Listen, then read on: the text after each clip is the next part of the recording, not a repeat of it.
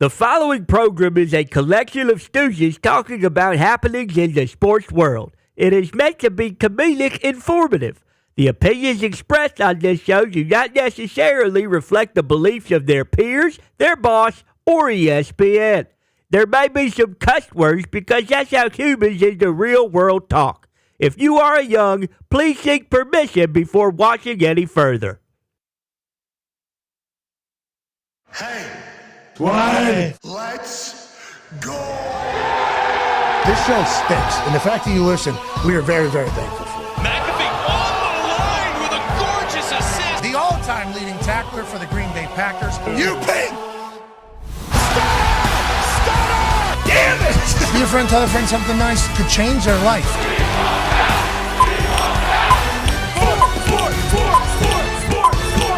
Hello, beautiful people, and welcome to our humble abode, the Thunderdome, on this Jameis Thursday, August 15, 2024. This program starts now. Football! Now, the name Jameis is obviously synonymous with one particular human, and yes, it is true. Jameis Winston of the Cleveland Browns now, formerly of the Saints and the Tampa Bay Buccaneers and the Florida State Seminoles, where he won a Heisman and a national championship, entering his 10th season as a quarterback for the Browns, a race competitor against Vrabel every single practice, as a motivational speaker, as an absolute weapon to society, will be joining us in about 14 minutes. That's a big day. Go. Hell yeah. That is a big day. I cannot wait to chit-chat with him. Shout out to the Browns. Shout out to Jameis. Shout out to his people for making this happen. I guess he knows the show rather well. Okay. I guess he knows. So we are going to take it upon ourselves to ask him if everything we've been saying over the years, because this is our first time getting to chat with him, is an accurate depiction of the situation that was taking place. Obviously going to have to bring up the big W eating of the thing. Sure. Going to have to bring up him not being able to see shit whenever he was Tampa Bay Buccaneers. And he led the NFL in touchdowns thrown and led the NFL in interceptions, but he literally could not see anything. Nope. Like, was that an accurate depiction of the state of how you were playing? And did you win a national championship and a Heisman without being able to see anything? Blurred. How have you been able to do this? And I assume it's all going to come back to some motivational speech, because what this guy does is inspire and bring juice everywhere he goes. And I think it's a big weapon for the Cleveland Browns to have him on this particular season for Deshaun Watson, which is obviously very important for him. But the Cleveland Browns team could. Oh, yeah? They could. Definitely. They could go and win it all. So I can't wait to chat with him. Very thankful for him stopping by. Then we have Ice Cube joining us at the end of the hour. You know that 3-on-3 Olympic situation where we saw Team America men's side obviously not be Poop the bed. It'd be terrible. just not good at putting a ball into a hoop Yeah. and then doing the whole thing. Yeah. But over here, we have a 3-on-3 league that is going into its 8th season, I believe, televised, with a lot of ex-NFL guys or NBA guys, and then also just 3-on-3 weapons over here. And we watch them play, and they're 6'8", 6'9", 6'10", can move, understand the strategy, the technique of 3-on-3 basketball, what you need to do. They got Gary Payton coaching in that league alongside other NBA, Dr. J, other NBA icons. And it was like, we know that exists. How come that is not represented? Well, turns out there might be a little tomfoolery going on. Little bit. Not just with Ray Gunn, allegedly, down there in Australia. And she said, thank you to everybody who sent me to love and everything like that. She has some downtime in Europe for the next 3 weeks. But there is a lot of investigating and snooping around going around with Ray Gunn, who's a doctor. But the FIBA situation, them running the Olympic basketball, both the men's, women's basketball, but then a 3-on-3 and 3-on-3, they have their own professional league. Oh, yeah. Okay, that they have over in Europe. So Ice Cube, and I guess I was a part of the announcement as well, very lucky to be a part of it, and I added in like another $100,000 or something like that. Ice Cube said, hey, we think we have the best 3-on-3 players on earth. They weren't allowed to compete in the Olympics, potentially because of conflict of interest between the people that are running it and potentially competition, you know, the whole thing. So we would like to put up money and have the 3-on-3 gold medalists, the Netherlands, come play against our All-Stars on our August 18th championship night. So the Netherlands team that won, in. Yep. 100% in. So they had to request approval from FIBA, which is their governing body, and the league in which they play 3-on-3. The professional, they get paid to be professional 3-on-3 players for a FIBA 3-on-3 league that happens in Europe. FIBA responded to them and said, there's a 21-day period that you have to put these requests in. It's only 10 days to the event. Sorry, we can't pull it off. Can't do it. Just basically a bunch of legal mumbo jumbo for 2 paragraphs, and then the bottom one just said, it's only been 10 days. We only have 10 days. Need to have at least 3 weeks. So in those first 3 paragraphs, mumbo jumbo, addendum this, Yep. aforementioned this. So much bullshit that lawyers put in to have other lawyers have to be on the other side so they can all have jobs forever, which, respect, you do what you got to do, but seems to be a little bit of a crooked operation, nonetheless. So you go through all the legal mumbo jumbo, and then the thing that they pull out of their contract that all players sign over there is that for this type of request, during their season, you would have to do it 3 weeks in advance, which, by the way, did not know it was the middle of their season. Makes sense if they say, hey, you're not going to be allowed to do this.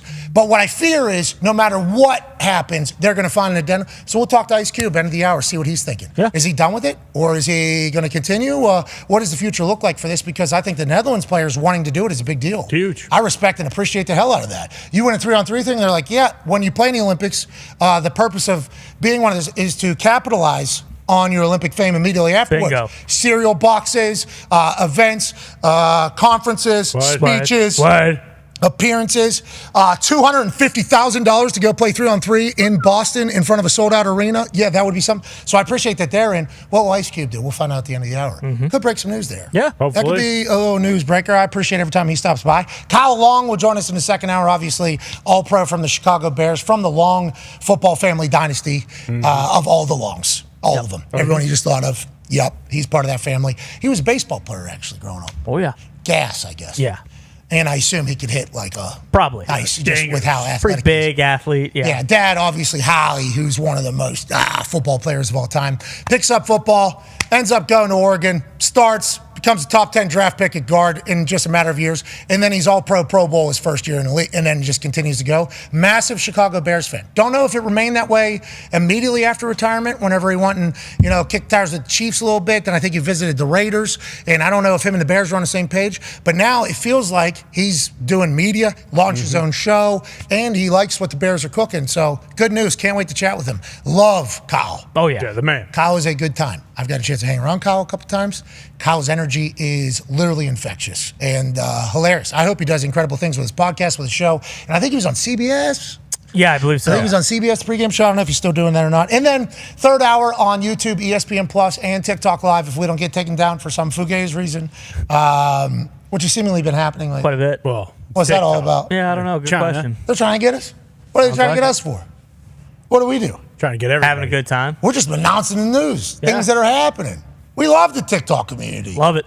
Now, granted, don't know what's going to happen with TikTok, because the whole Congress needs sell thing. We ain't doing it. You ain't doing it for us, right? Nope. So we ain't doing it for you. That's how this whole song did. Pandas are back in America, though. So maybe pandas are back in America, though. So maybe that'll kind of bridge the gap in the entire thing for TikTok. And the panda diplomacy was literally, and I learned this over the weekend, how this whole thing started. Because China obviously owns every single panda. That is how it is. So panda diplomacy was a way to bridge a gap between two countries that are potentially on the outside looking in. That lease of the pandas came and went like a year ago amongst high tensions, balloon, everything that was kind of happening. So we thought pandas were going to be gone from American zoos forever. Even the pandas that were born in American zoos. 2 pandas are back. Hell yeah. 2 pandas are back. Need it. Yeah, okay. There's more pandas coming. Yeah, there's more pandas on the way. Right. But anyway, so maybe the panda diplomacy will lead into the panda social media with the TikTok, and we'll be able to figure that out and keep that going. But we'll be live on TikTok, YouTube, and ESPN Plus when Mark Kaboly joins us. Hell yeah. Mark Kaboly, formerly of The Athletic. Right. As of announced yesterday, he will be a correspondent for our show. And I think there's other breaking news coming with Mark Kaboly in a matter of moments. It's a huge day, speaking of breaking news. It's not about Bruce Brown, who's obviously in the big chair, with his big boy pants on, New York Giants fans. There is a trade with the New York Giants that we'll get into later, but obviously it's for vastly different reasons. But let's head to the Toxic Table. At Ty Schmidt, you look great today. Hey, thank you very much. You look great as well. Hey, breaking news. Matthew Judon, Oh, no. formerly of the Ravens, then the New England Patriots, who was hurt for a lot of last year, did not get to play, but is certainly the New England Patriots' best football player, people would say. Can get to the passer, can set a tone. Oh, yeah. Is a leader, is a vet. But he sat out of practice his training camp during the padded period because he was looking for a new contract just like he was last year. And although he didn't play as many games last year, he still believes that he's the best player on the team. You have money to spend. I'm the one that should get it. Him and Coach Mayo in our first public altercation watching Coach Mayo be a head coach in the NFL, former player, obviously then defense coordinator pseudo, then now he's the head coach. Judon, OG in the league, proven vet, very good football player. Is that a distraction? Is that not a distraction? Coach Mayo kicks him off field. Says, hey, we don't need you out here, okay, if you're just going to be sitting down in the middle of our padded practice. Next day, Judon's back on the field. Okay, everything's been smoothed over. Yesterday, boom, Judon traded Atlanta Falcons for a third-round pick. Ooh. Matthew Judon gone to Atlanta. Now, Atlanta, we have no idea what they're going to be this year. Raheem Morris is the new head coach. He adds a weapon to the defensive side, which he is obviously a master at, and I think... Is this a decision of Judon saying, get me the hell out of here? Was this a decision of the Patriots saying, get me the hell out of here? Was this decided during the sit-down, opt-out at that night? They go, hey, we'll try our best, okay? We understand what you're seeing. We feel the same way. We're trying to build a culture. We'll send you out here. We don't know, but we do know the Atlanta Falcons picked up an incredible player yesterday for a third-round pick. Boston Connor, obviously diehard New England Patriot fan. How do we feel right now? Ayuk says, I'm not going there. Judon seemingly, potentially says, can you maybe get me the hell out of here? Or do you think it's the Patriots doing this? What are your thoughts on it as a Patriot fan? I thought it was the Patriots doing it more so than anything. You know, happy birthday to Matthew Judon. It's his birthday today, turned 32. Okay, so happy birthday. Happy birthday. 32, a lot of ball left. Yeah, a lot of ball left. And, you know, even though he, you know, was injured last year, still productive in the 4 games that he played for us. I mean, it is a bummer. He was one of those guys, you know, similar to others that we've seen go who came in and kind of was the new era New England Patriots, the red sleeves everyone loved. I actually bought a Matthew Judon jersey. That's how much this guy was revered in New England, and he always had great vibes, him coming up during press conferences. How you doing? Good morning. All that stuff. You loved everything about him. Now, him leaving, yes, it is a bummer. Did it make sense as a New England Patriots fan to pay him? I'm not sure. Did he deserve it? Absolutely. No doubt about it. He'll be great in Atlanta, no doubt about that either. But as a Patriots fan, no, I don't hate anything about it. He's looking for a new contract. They're saying in Atlanta that he's not going to get one now.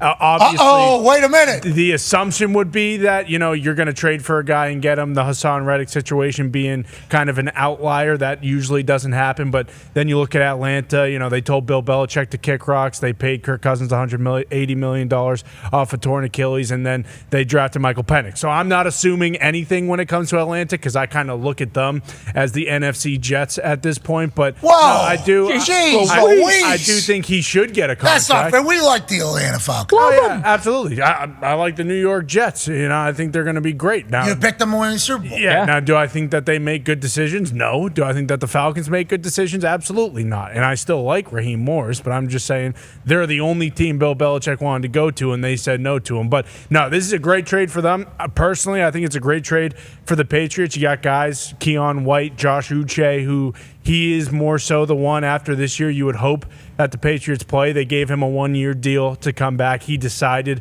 hey, I could get more money elsewhere, but I want to come back, play for Mayo. So there are other options on the Patriots roster. I think it's good that those younger guys will get a chance. And I also, you know, wish Judon the best and, you know, that the Atlanta Falcons pay him because he deserves the money. That's a big conversation. So a deal not being done is fascinating with everything going on with Hassan Reddick, who was willing to leave the Philadelphia Eagles because they wouldn't pay him, and then now he's proven that he's willing to leave the New York Jets before doing anything before they pay him. Is Judon just saying, okay, I'd rather do...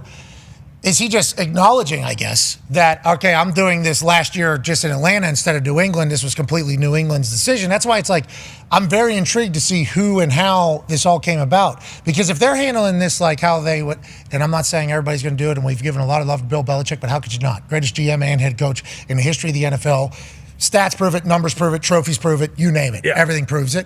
But like this is one of those things where somebody comes into a team meeting, allegedly, and says, yeah, we deserve to get paid or something like that, and then the next day traded to the Cleveland Browns. For sure. Like, is this Elliott Wolf potentially being like, nah, we got to set a precedent here with Judah? I don't know, because it's all so new, but I do know if the deal doesn't get done and he never plays for the Atlanta Falcons, some of these GMs are going to be questioned for everything they do forever. Yeah. No doubt. Let's assume this one, though, gets done, and we'll see Judon for the Atlanta Falcons. Now, as we wrap up this Patriots conversation, let's head to Hammer Dad, because week 2 officially of the preseason kicks off this evening. What's the spread tonight, Ton Diggs? What are we looking at, pal? Good afternoon, gentlemen. The spread tonight between the Eagles and the Patriots in Foxborough is 3.5. It was 2.5 yesterday, and earlier this morning it has crossed that important number of 3 to 3.5 tonight, where the Patriots are favored minus 3.5. The total was 35.5. Pretty standard preseason total. The Eagles won 16-13 in their first game against the Ravens on a last-second kick by Jake Elliott. The Patriots dominated 17-3 in their opener against the Panthers. Tonight, you're not going to see any of the Eagles starters, is the rumor going around, but a couple of the rookies that have been standing out. Will Shipley played well in the first game and has been looking good in camp out of the running back out of Clemson. And then Cooper DeJean started practicing 2 days ago, so not sure if he's going to play or not tonight after the injury, but he should. And then on the Patriots side, they haven't said exactly, but probably going to get Jacoby and Drake and zip on the ball Zappy. Amen. And then, the talk. What? Not the guy. He's the talk of preseason, Connor. We're going to see the Bazooka Joe show tonight. Right. Then Bazooka Joe comes in and he's throwing to Jalen Polk and Javon Baker and all the young offense of the Patriots. I lean to the Patriots tonight just because they'll probably play more of their guys than the Eagles will. Let's go to the DiNardo Doppler. What's the weather look like? Yeah, unfortunately, it looks like 8 p.m., 9 p.m., rain during those hours, so another rain game. But to the Jalen Polk point, no more Juju Smith-Schuster because he got cut. Probably get a lot more Jalen Polk, Drake May playing together. Now, in Ty, what were they saying about the Eagles? Big Dom's playing tonight? Yeah, Big Dom, I think, is going to be suiting up at both left tackle, and I think he's going to get a little time at D-end as well. Yeah, and that'll help him because nobody talks about it more than us. As soon as Big Dom got kicked off the sideline last year and for that altercation with the San Francisco 49ers, the Eagles go straight downhill. Yep. And we were maybe the only show that was like, maybe this person, this swagged out paisano who is seemingly everywhere but heard never. Okay? Come from Pittsburgh. I've met a few similar to the Big Dom. Nowhere near in an NFL team, but in other teams, if you will. So Big Dom became this fascinating character that we all were kind of intrigued by. And then whenever we see him get suspended from the sideline, the team go downhill, and then Jason Kelce retires, and the first person he says is, Big Dom paisano, you're the man. Yeah. Love you. And then your word out of camp right now is Big Dom is kind of stirring the entire drink here. He's the one that kind of keeps the entire thing together. Big Dom has them all on the same page right now. I'm not joking. Talking with real D-God about the Eagles vibe, says JP Finley. What a weapon. This is like glue guy. Yes. This is glue guy. Nuts. Big Dom. Is that the reason why the Eagles end up where they are? Is that why Sirianni and Jalen Hurts allegedly were maybe not on the same page? Is because Big Dom's not around? Possibly. Look for the Eagles to make big jump. Saquon Barkley get new experience? Big Dom. Oh, my God. Look out. The Big Dom boost as well for the first time ever in his career? He's probably been courting him for years. I couldn't even fathom. Joining us now, ladies and gentlemen, is a similar type operation. A man who obviously we've been a massive fan of for a long time, and how could you not be? This guy is literally one of the most positively infectious human beings that has ever existed. You watch a video of him and you can't help but smile, laugh, and say, okay. And that has been since the beginning of knowing that he has existed. He's a Heisman winner, a national champion, entering his 10th season. Ladies and gentlemen, Cleveland Brown, Jameis Winston. Yes.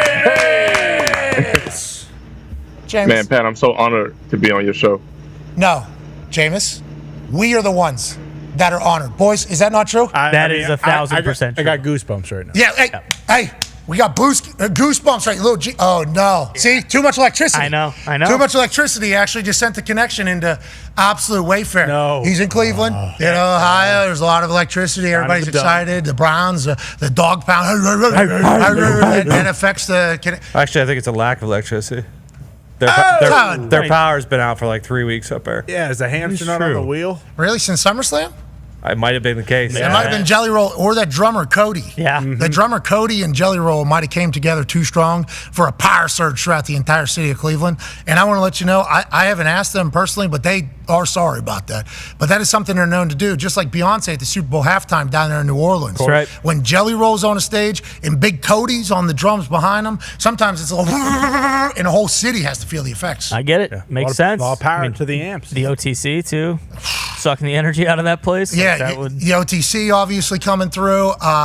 Then you got Mike Vrabel there. Yeah. And then you got this guy Right. there. And then Stefanski. Yep. KO when he was sprinting out. What's that? KO as well when he sprinted out during. Oh, okay, yes, we're going back to SummerSlam. I don't know. The Guardians, sorry. to have the best record in baseball. MGK was back in hometown, EST, the land, obviously. Kid Cudi's making an album. Joining us now is also a person that's there that might be a part of the power surge that has really ran rampant through all of Cleveland. The most electric human to ever play in the NFL, Jameis Winston.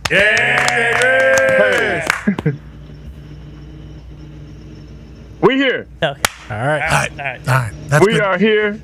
What's going on? Hey, we want to let you know that we're honored that you joined us. We appreciate the fact that it's out on the practice field because we assume you're about to take 100 to maybe 1,000 extra reps as soon as this conversation is over. Let's dive in. Shout to Mez Club, by the way.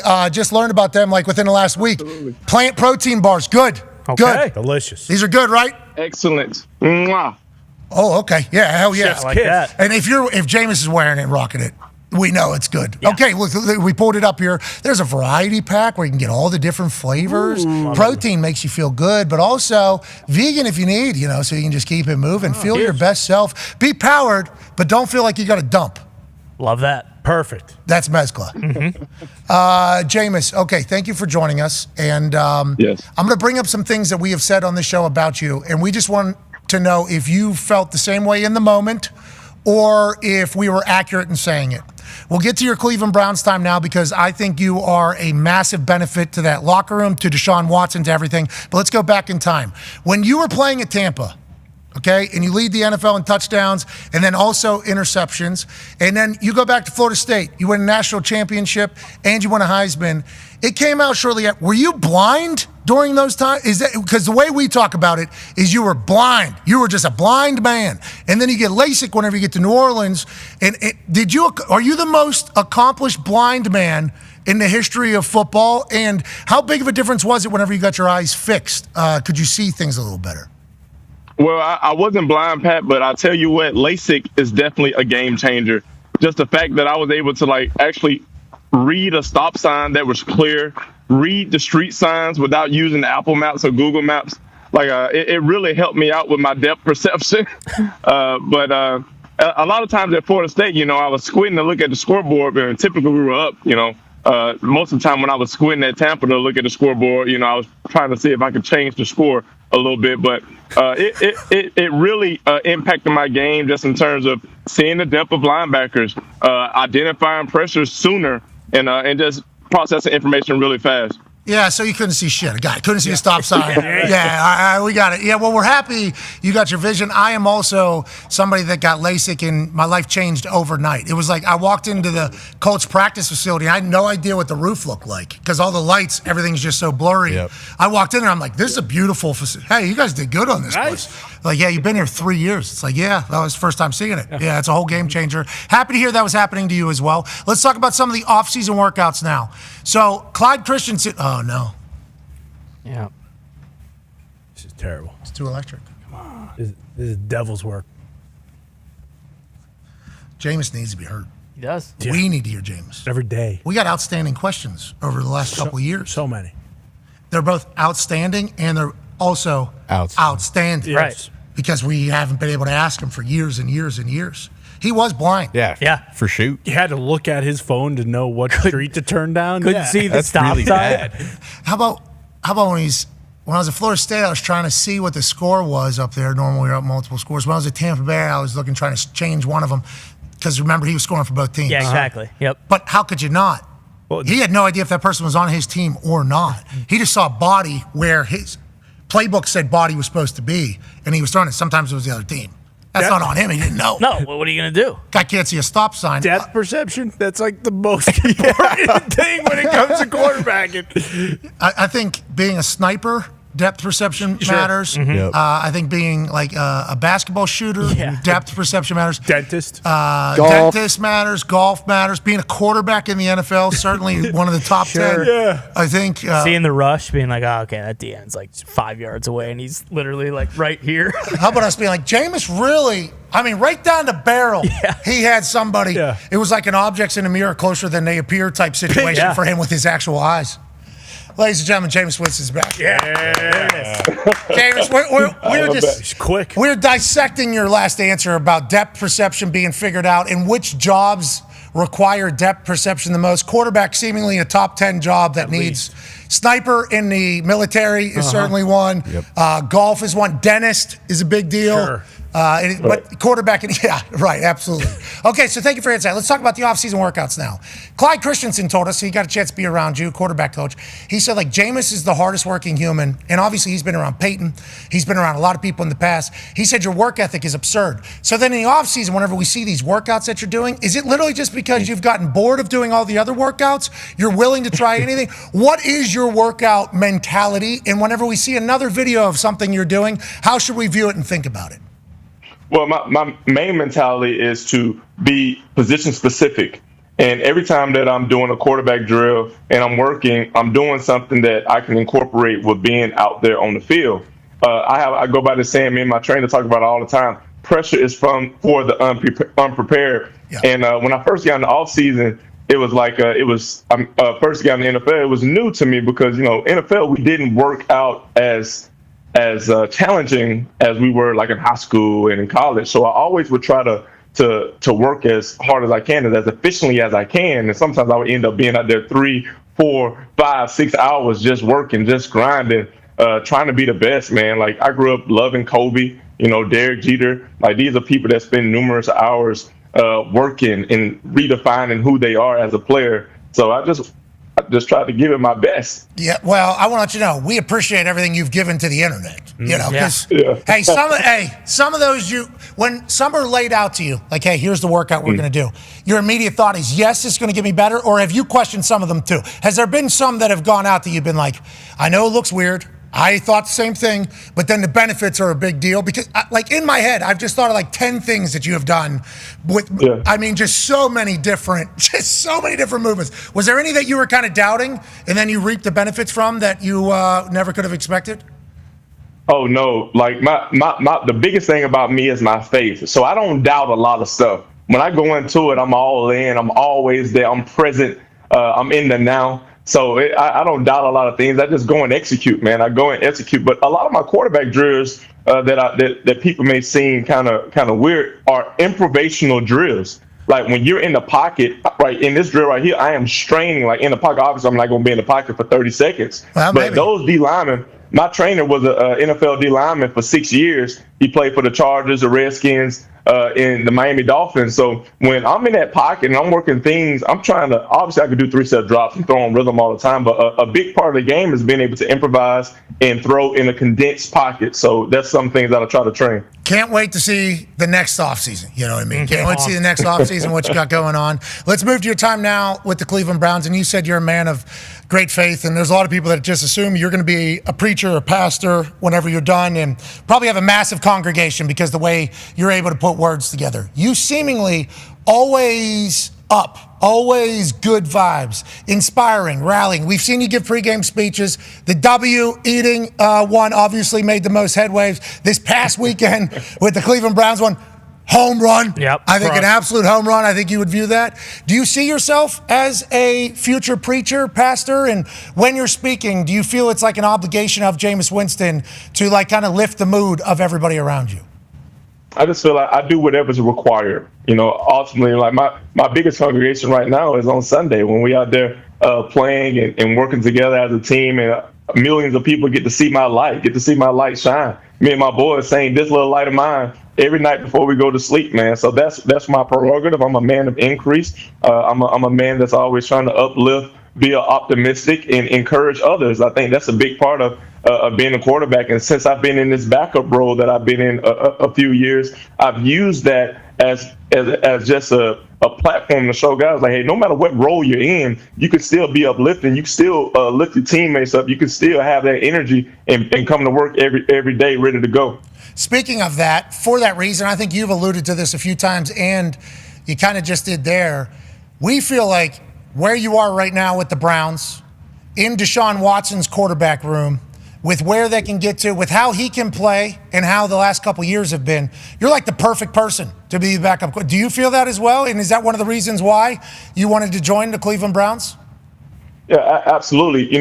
Every time we talk about, what has happened or what's going to be, I want to make sure that we recalibrate to what is going on right now. What is going on right now is Deshaun Watson is preparing to be a Super Bowl winning starting quarterback. And what we do from today is the only thing that matters. And today we have a joint practice against the Minnesota Vikings, so we're going to go out there and have the best practice of our lives. And I think that's what I bring into this room, of just letting him know, like, hey, man, all we got is today. Tomorrow is not promised. Yesterday is forgotten. So let's make sure we focus on being the best version of ourselves today, because we can look up at our stats and some of the things that we lack. But if we're not focused on how we can be the best version of ourselves today, then we're wasting time. How's Deshaun Watson taking your messaging?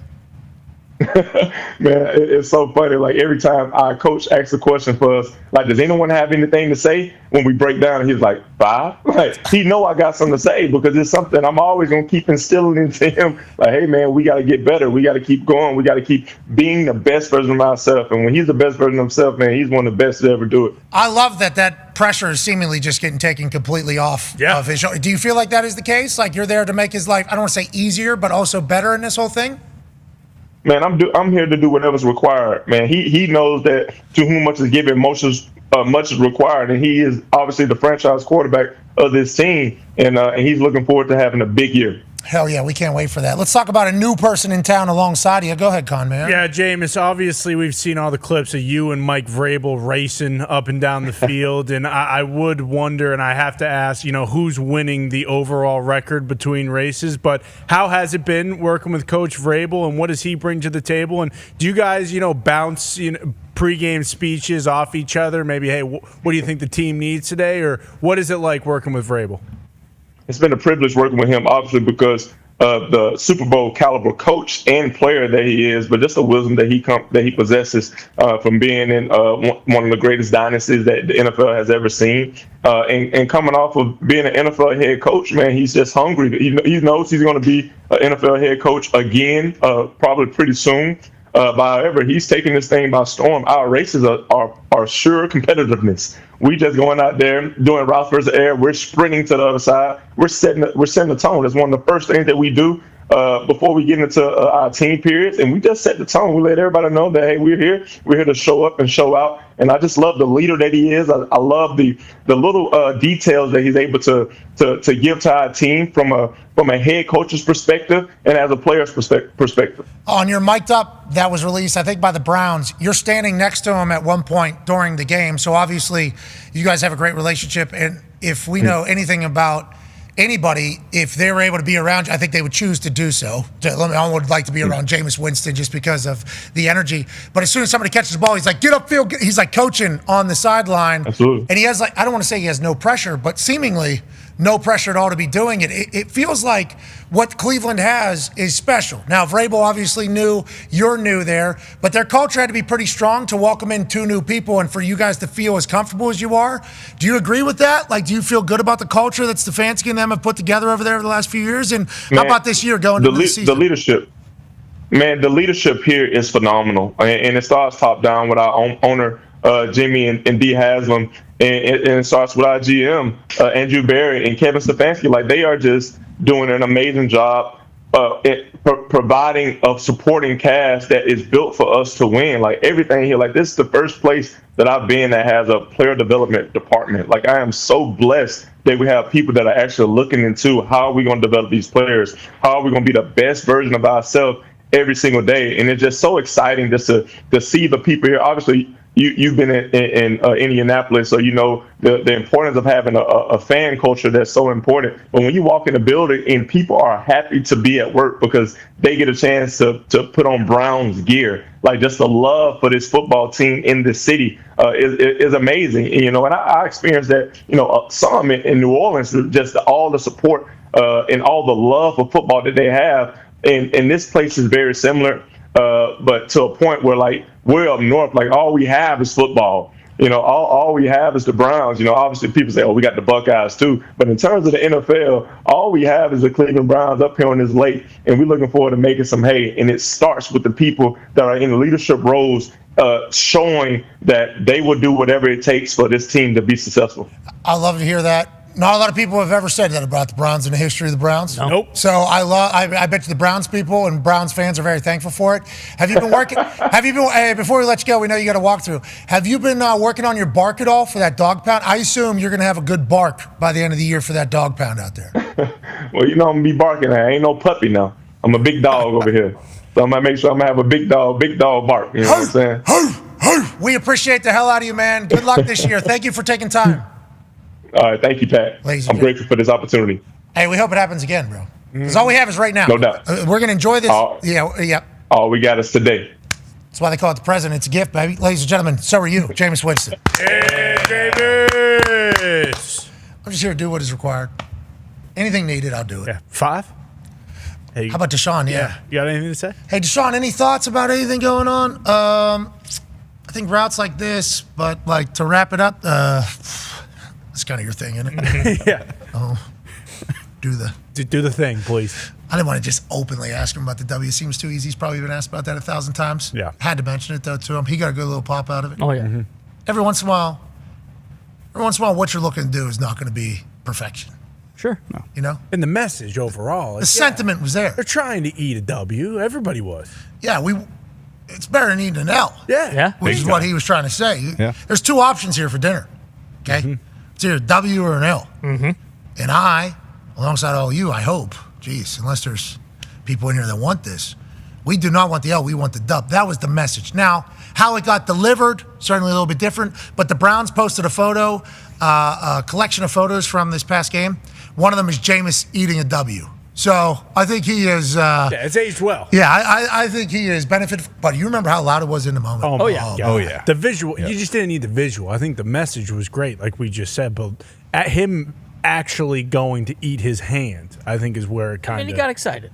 Yeah. He did get excited. You know, you're all jacked up. You're about to play an NFL game. You get excited a little bit. So, yeah, you might try to chew a couple of your fingers off. So what? That's commitment. Exactly. Which goes back to the point, what is required? He thought at that point, gnawing on fingers, eliminating a couple nubs will potentially motivate the boys to get a dub. I don't remember if they won that game or not. Do we remember? Ooh, I don't. That's a big part of it. Yeah, I don't think so. Context. Yeah, we need a little. That was good Saints team. Good Saints team. And yeah, but what if it worked? What if it worked? We don't know. Just looking around the circle. Remember the Deshaun Jackson photo from that huddle when the speech was going on? Yeah, there were certainly some people that aren't going to buy into every single speech, especially if you're gnawing on your fingies. Yeah, you know, I mean, maybe they did. Google's saying it was after a 38-3 win, so they won that. Boom. Hey. Boom. Boom. So I don't know. Did it work? Vindicated. How about that? Sorry, vindicated. I think that was when he ate a dub when he was with the Saints. Yeah. I think when they lost that one when he did it with the Bucks. Okay. Oh, so he brought it back. Yeah, because he did do the. So the sequel was better than the Ridge. He worked on it. He learned. That's what he does, though, because that's what's required. Got better. I appreciate Jameis stopping by. They got a walkthrough, I guess, happening like a minute and 50 seconds ago. Mm-hmm. Very kind of them to have him stop by. They were part of that. Mezcla. I didn't even know he was a fan of that. It did hit my algo yesterday, these things. So I guess it is. I like protein bars. Yeah, but I'd rather have some mezcal, if you know what I mean. Booze bag, Tone Digson, Hammer. Todd. Tone, I don't know if you know this. There's some news coming out that is not necessarily fantastic. Matt Milano. Paisano. One of us. No way. Yeah, injured last year, obviously, and then injured at camp. I believe torn bicep. Oh no! Shit. Torn bicep. Yeah, ESPN sources Bills Pro Bowl linebacker Matt Milano, who left Tuesday's practice injured, tore his bicep. Now be out indefinitely. Milano wanted to go surgery on his torn bicep with the hope of trying to return later this season, possibly in December. Now, obviously, January is playoff football, so December would be the last couple weeks of the season, even in the extended season.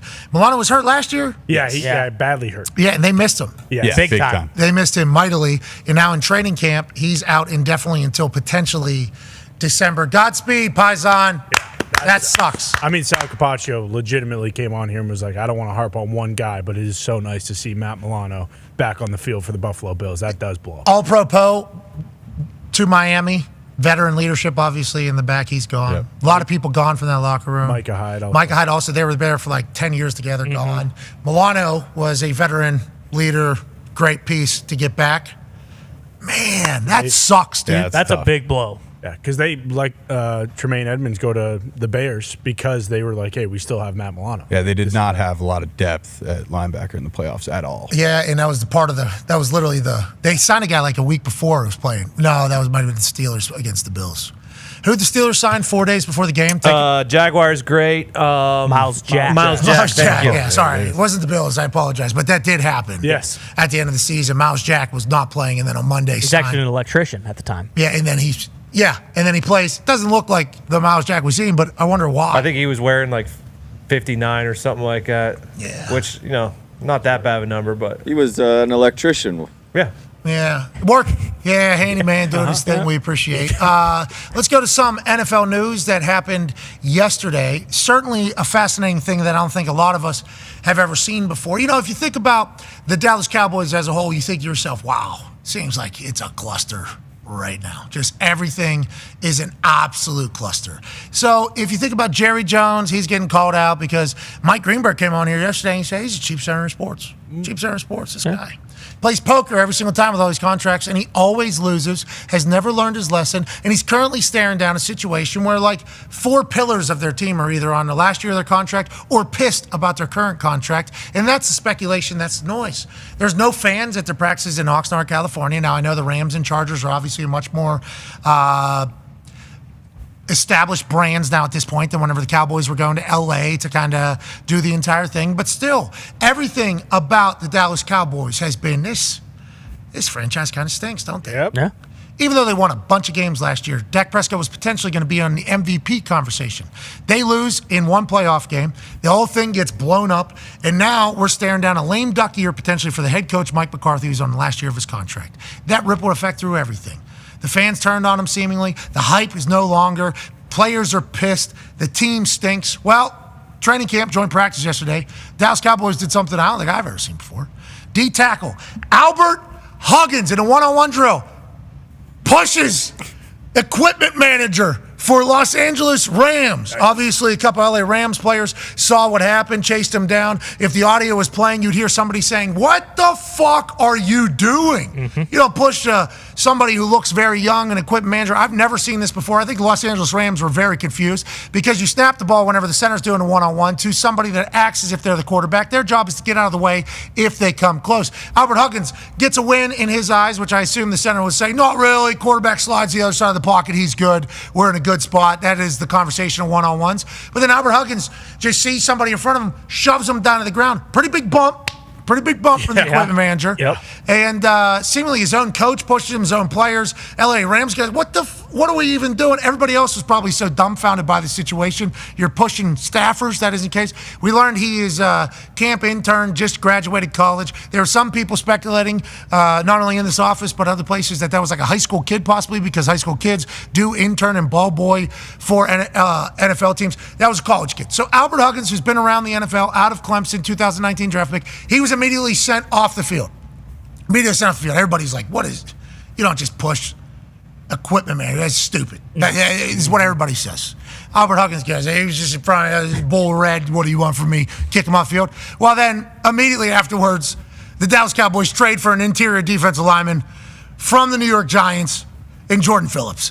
So it seems like Albert Huggins' career is potentially over. Could be. Yeah, it could be out of the Dallas Cowboys because Jordan Phillips was on the Buffalo Bills for the last few years. He goes to the New York Giants. I assume Joe Shane enjoys him, gets through camp. Now he's going to the Dallas Cowboys. We assume that's not good news for Albert Huggins. But for Jordan Phillips, you're not losing any sauce. Albert Huggins might have been a guy that brought some sauce. Sure. If you do recall, Jordan Phillips has some sauce. Yeah. This is him in Philadelphia Eagles, and he told them Johns, hey, none of your shit. You ain't shit, in other words, and started with the crowd. So Jordan Phillips going to the Cowboys wouldn't really be a conversation, but the fact that it comes from a pushing of a staffer to an ejection to a trade to we still get sauce.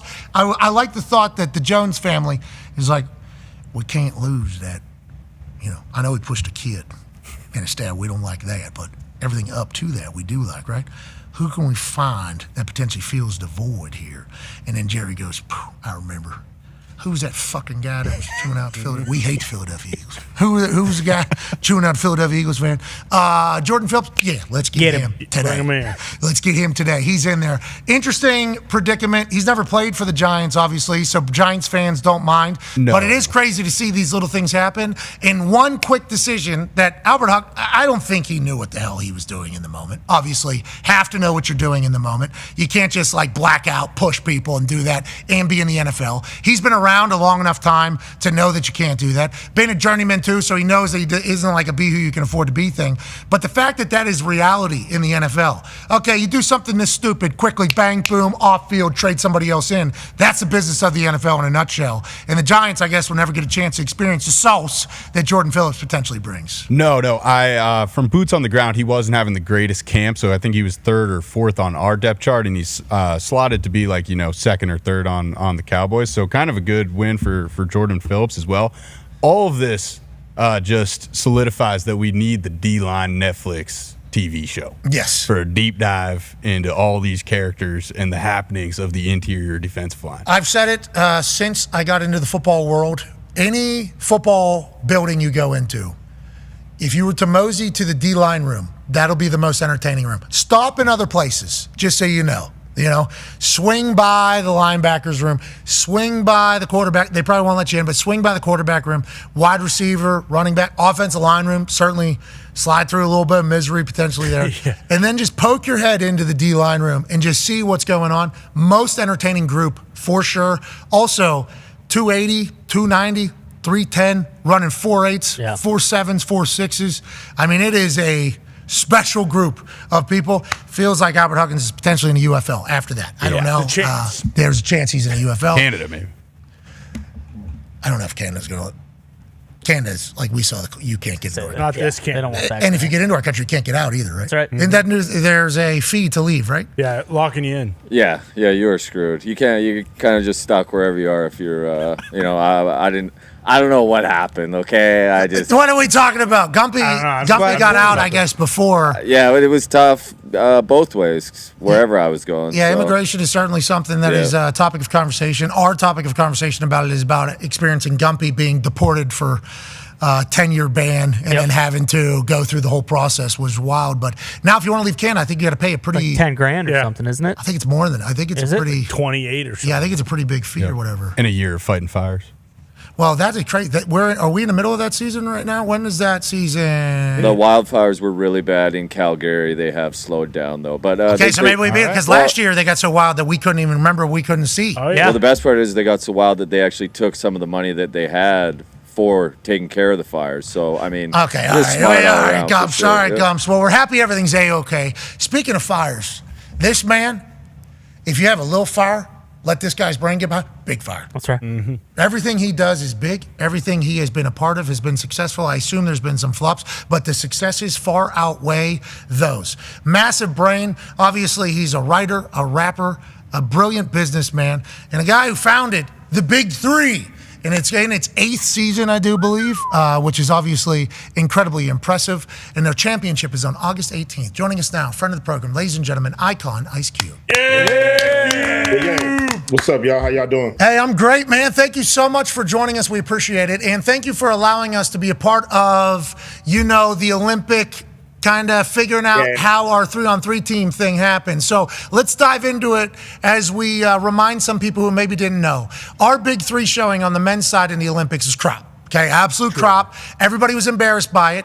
Ice Cube was obviously a founder of the Big Three and watches his league every single weekend. We were all confused about how no Big Three players were selected to be on the United States team. They're professional 3-on-3 players, and they're some of the best players on earth. Did a little investigating. Apparently, there is some tomfoolery behind the scenes, but afterwards, Ice Cube wanted to offer up a massive jackpot to the Olympic gold medalists to come play against the Big Three All-Stars on August 18th. They accepted, but now FIBA's not letting it happen. What's the deal right now, Cube? Where do we sit, and how do you see this going, boss man?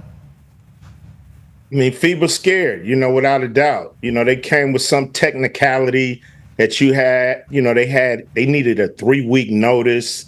10 days is enough to figure out if you want to do it or not. And so, they blew a huge opportunity for these guys and for our guys and for sports fans and for the game of 3-on-3. It would have got so much attention. So, we still got the money up. It's like, let's give them more than 3 weeks so they don't have no excuses. And they could send a few more teams. We can have a big cup. You know what I'm saying? Like, I like we that. can have a little tournament and see who's the best in the world for real, for real. I like that a lot. And to be clear, I did not know that FIBA, who runs the basketball for the Olympics, has their own professional 3-on-3 league. Okay, so obviously they're running the Olympic stuff. They have their own professional 3-on-3 league. Do they want to see Big Three succeed? Certainly not. Well, not if they're a bunch of hating assholes. Seems like they're a bunch of haters. Yeah, for sure. Of this entire thing. Jealous as opposed to wanting to grow both leagues in this entirety. And we got the email that was sent to the Netherlands team. And at the bottom, they say you need 3 weeks due to the CBA that has been agreed upon before every player. And it was only 10 days, so they did pull a technicality. The Netherlands players wanted to play this. Bingo. Yep. Bingo. We all agree. I love the fact, though, that the mindset is, okay, we'll do this down the road. We'll give enough prep. Let's make this thing even bigger. And hopefully FIBA will get on board with this for the good of 3-on-3, which is a sport I think a lot more people are interested in after the Olympics globally. Do you agree with that, Ice Cube? Totally agree. That's what we need to do. Look, we got our championship, our all-star game, our celebrity game on Sunday in Boston. Everybody check that out. But after that, we wide open to create this big cup tournament where we invite the best 3-on-3 teams in the world to come play. And why not? Let's do it. Hey, and if you'll have us, just like how I kind of inserted myself into this last one by putting up $100,000, would love to be a part of this as well. Come on, man. Hell you yeah. got to be a part of it now. Hell yeah. Hey, come on. I'm not, That's what I'm saying. Yeah. I'm not Come on gonna, back. Yeah. Now, we're going to have to do business with FIBA at some point here, so yeah, I'm on this side. Yeah, So I love, I know they competitors at FIBA. I know, they put out a video, showing what their game is all about. And I'm cool. It's all fair competition. Nobody's going to lose a gold medal over this. Maybe not this year, but in 2028, we hope the Big Three players are involved in the outcome of that. But for now, it's a friendly, man. Let's have some friendly competition. Let's elevate the sport of 3-on-3. Let's get some attention of the world on the style of play. And hey, I think it's a great idea. Let's make it happen. It's a showcase. It's a showcase. Exactly. That's what it is. It's a showcase, an exhibition with a massive amount of money on the line at the end with a lot of eyes. It'll be good for 3-on-3. Ice Cube, I can't thank you enough for allowing us to be a part of this and also wanting to make sports better. Your investment, your brain, okay? You could have stayed in entertainment. You could have stayed in music. You decided to come into the sports world because of how big of a sports fan you are, and we appreciate the hell out of that. What's next? What are you cooking? What's on the books for Ice Cube? I know you're in the middle of probably 100 things right now. Working on an album called Man Down, trying to drop that right after the season. We got some movies cooked up that we putting together and, selling some teams. We're going to place these teams in cities now. And we think that's going to unlock a big fan base and keep growing the sport. I'm a sports fan. I used to hibernate after the finals and wait for football to jump off. And so I don't have to hibernate no more. It's all about the big three. Hey, we try to hibernate. We got to do a show every single day. So we appreciate that you provide sports content for all of us. Can't wait to hear Man Down. Because if the finals are this Sunday, he says you'll drop album after season. Wait a minute. We got bangers around the corner from Ice Cube. That's great news. And in any of these movies, if you need a group of whites to be killed, we'd love We'd love, you know what I mean? Oh, yeah. We would love to we told Jack Carr the same thing. Like, hey, if you ever need just a group of white doofuses just to get sawed down, we are in for that. Now, we're not going to be able to do the whole 2-month shoot thing. It's going to have to be 1 day. Because we got a day job. But Yeah, I feel you. Okay, all right, good. All right, if you need to kill any whites. I don't have nothing like that, but I'll keep you in mind. Bingo! We're the right ones, just like you are, ladies and gentlemen. Ice Cube, we appreciate you. All right, that's awesome. There's going to come a time where we get put into one of these things, and we're going to die. Oh, yeah. Your head's chopped off. Our cell. I cannot wait to hear the cells and see the cells. And the behind-the-scenes clips of all of the shots of, like, Tiger. Wait a minute, I think I just thought of a new one. I'm going right on face here. Yep. Yeah. Woo, bang. Getting 100 squibs put on you and just. Yep. And then IMDb, right? We'll be on IMDb. Oh, yeah, you bet. We're a big deal. For sure. Do we get what's that thing? They get the cards. Oh, the SAG card. Is that what we get? I think I think we probably would be in line to get one of those. Listen, and maybe we look desperate pitching ourselves publicly. Okay. Who's ever got anything that hasn't asked for it? Come on. Well You know said. what I mean? Well said. Squeaky wheel gets the oil for a reason because it's screaming, hey, I fucking need some oil. Yeah, that's right. For us, what we're saying is, hey, if you just want to take a group out, we would love to be the group. Happily. We could dress like bigger assholes somehow. You bet. Bingo. Whatever you need from us. Anything. How about I'll keep you in mind whenever he's writing something. 23 Drum Street. Those white boys wanted to die. Clean sweep, they said. Imagine if we're just standing. What if we're... Never mind. Pedestrians. I'm not going to go a cult group, like on a bicycle, like rolling into something. Hey! Lasts the whole thing.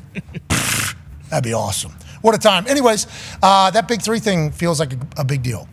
Why wouldn't you do it? I mean, it'd be good for FIBA as well if if it's after their season and then after the Big Three season, like you said, like if you're just growing 3-on-3 as a whole, like FIBA would be okay with that too, you would think. You would think, but remember the conversation out of the Olympics, both from Wendy and players that were kind of investigating, former NBA people, basketball people as a whole, Ice Cube publicly. FIBA runs that, and they don't want NBA people in it. No. Remember? Wendy told us FIBA does not want American basketball to win. Like, everybody thinks they want American basketball to win. They do not want American basketball to win. And to be in that 3-on-3 in the Olympics, you got to appear at like 5 of these FIBA events to even qualify to potentially earn enough points to get onto a team to represent. So they kind of schedule people that have either a retired life or maybe don't want to commit to a bunch of shit throughout a year out of the thing. And that's kind of how they've been able to keep great players, great names, and Big Three people kind of out of it, allegedly. Yeah. And then whenever they make this offer, like, hey, August 18th, let's do this thing, they find in their little collective bargaining agreement, nope, right here, can't do it. You didn't give us enough days. So I like the fact that Ice Cube is doing a little, hey, okay, you're not... Cool, we understand. Middle of season, 10 days. Sure. Certainly in our minds, enough time to figure out if somebody wants to come win $250,000, but your players could benefit from this. Basketball could, but we'll do this later then, and we'll figure it out, and let's make it even bigger. I love it. Now, will they accept? We shall see. Yeah, TBD. We will see. Probably not. On FIBA. Yeah, they see what kind of gumption they have. Yeah, what's the cutter or jib? Yeah. We're about to learn, aren't we? Gonna find out. Hey, FIBA, all eyes are on you, FIBA. Do you want your players to earn more money, respect, appreciation, and grow the sport that you guys love so much that you don't want to see Americans win? Come on over. Let's do the 3-on-3 Big Thunderdome Cup. Let's do it here. Hey, there you go. Let's do a Big Thunderdome Cup. We'll put bleachers in here. Yep. Thing will be standing up nice. No home court advantage. No home court advantage. We'll commentate it, do it live. We're obviously putting up a lot of the money for it. Yep. Big Three's putting up a lot of money for it. Don't want to piss off your gold medalists. Yeah, they want to do it. Exactly. Let the boys play. We have locker rooms, showers. Yeah, exactly. Whole thing. You bet. Ready to go. Weight room, weight facility. Thunderdome was built for this. It is. We'll be back hour 2 on the other side on ESPN2. Be a friend, tell a friend something nice. It might change their life.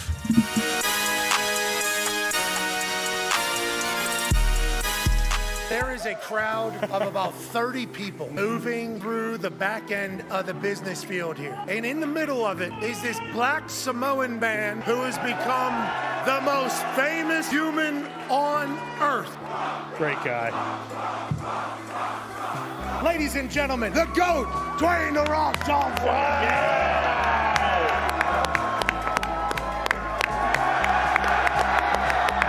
There's thousands and thousands of people skipping class to come see your big ass. Listen, there is thousands and thousands of you skipping class. It doesn't matter if they go to class. Moana is one of the best animated films of all time. What? Okay, can't wait for the live action. Thank you, yes. But You're welcome. We talk about Mana, What can I say except you're welcome?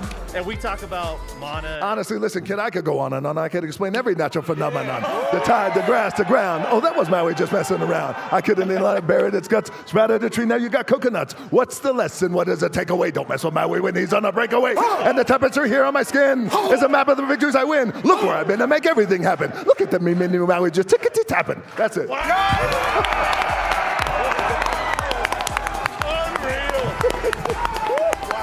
Still got it. On the Samoan side, Polynesian side, we have a word called mana. Mana is spirit. Mana is power. Mana comes from in here. It's the thing that gives you goosebumps. It's that thing you feel. It's that thing when I walked out and we felt this thing. This is mana. This is mana.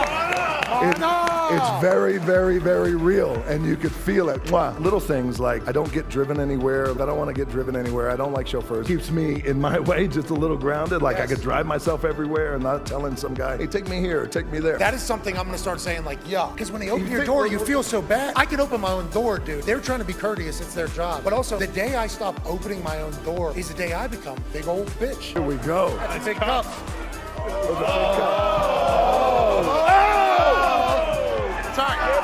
Sorry, Mike. And here's the iconic sound. You guys know it.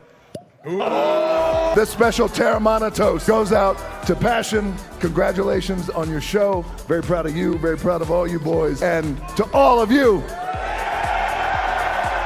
love you guys. Thank you for the support. Keep kicking ass. Cheers.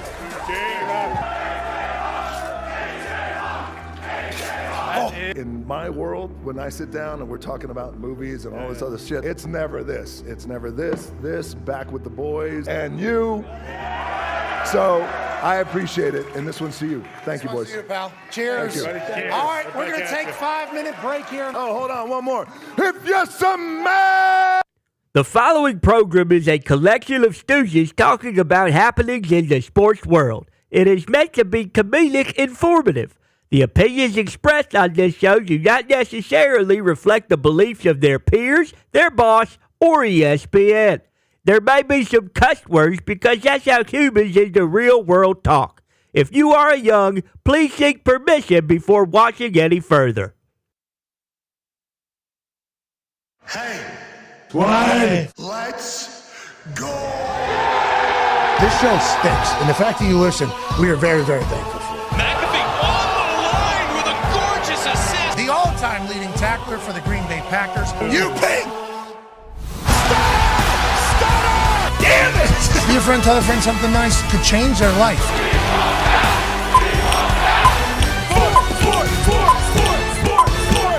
Hello, beautiful people, and welcome back to our humble abode, the Thunderdome.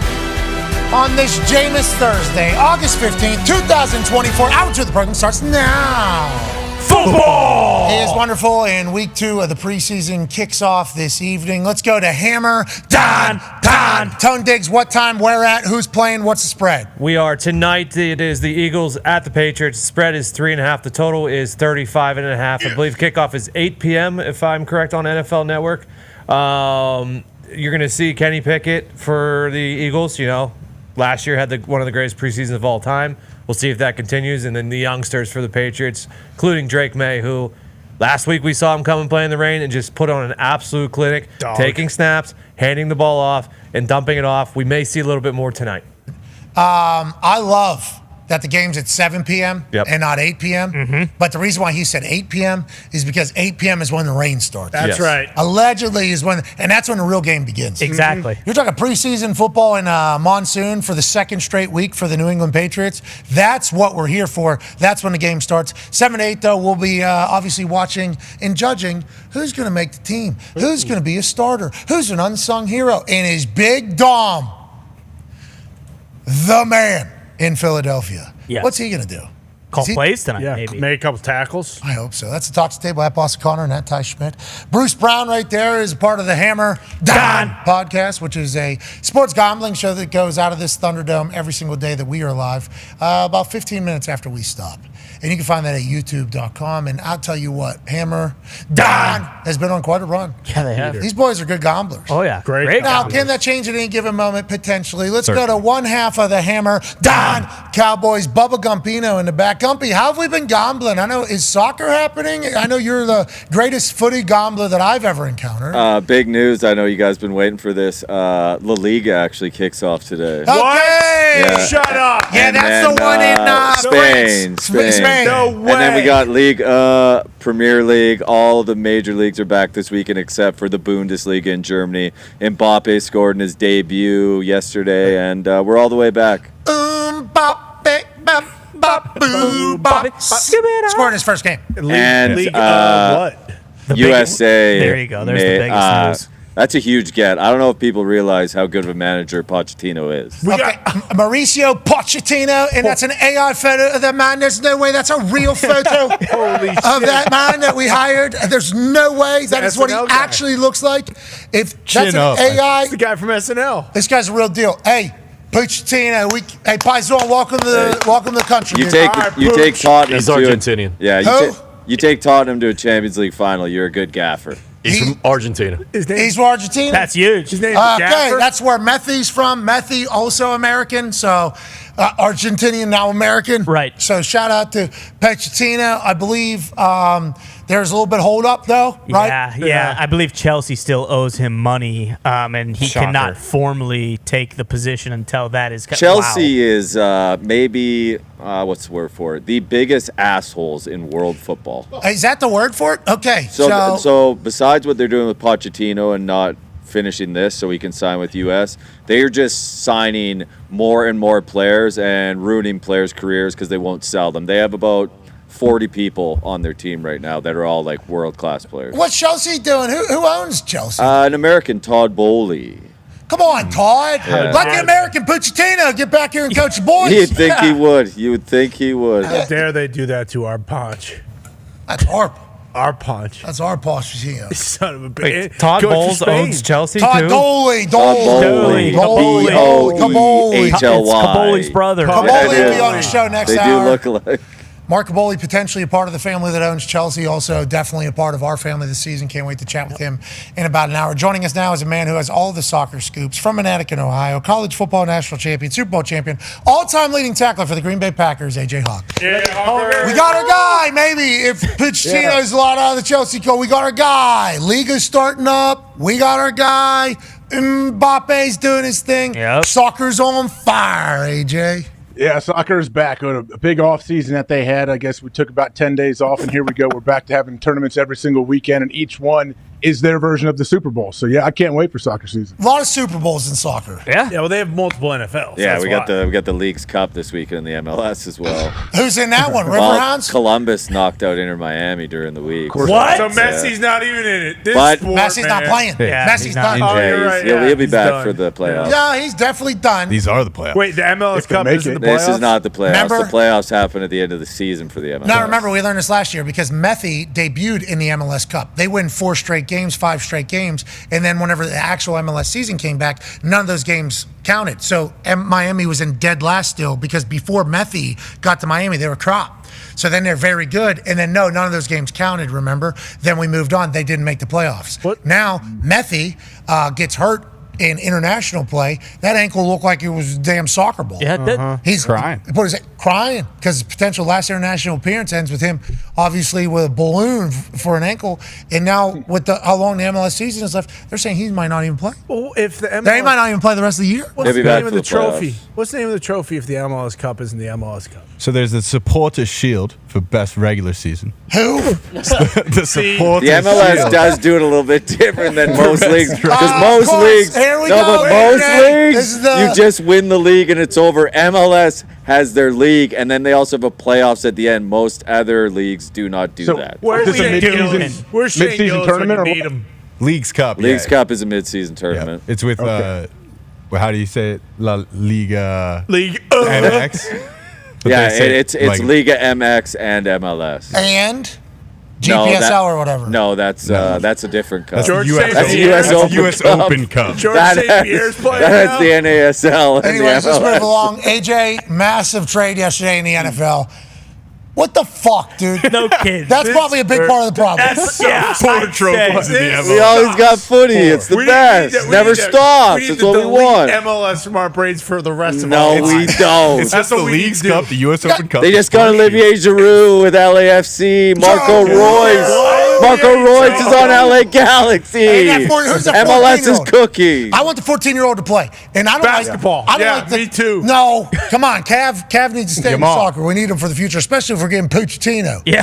So like the whole, No, the whole, you're right, you're the right. whole thought. Puccittini blows probably. That's why. Whoa. we No, got no, him. he does does not. It's a great gap. He's a good get. Chelsea good? Is It's a Chelsea good get. Yeah, They were Chelsea good the They second gave half up. of the season. Oh, so the Gump just second half said of the he's season. an excellent gaffer. He is a great gaffer. Great I gap. believe it. You don't get to a Champions League final without being a good gaffer. Well, our Especially at players Tottenham. good. Nonetheless, my issue here is It sucks. Yeah, the sport. hold the phone. Beautiful Hold the game. phone. The MLS was like this. Okay, MLS was like this. We got Balloon d'Or. Yeah. Okay, we got Balloon d'Or. Got Olivier Giroud coming in. Yeah. Okay, we got Marco Reese. boom. Royce. All these people who are so good. We got Suarez down there in Miami. I think Breck Shea's potentially getting signed back to a team. Oh, I hope so. Yeah. I'll If watch. that happens, we will. Everybody will watch. Meat.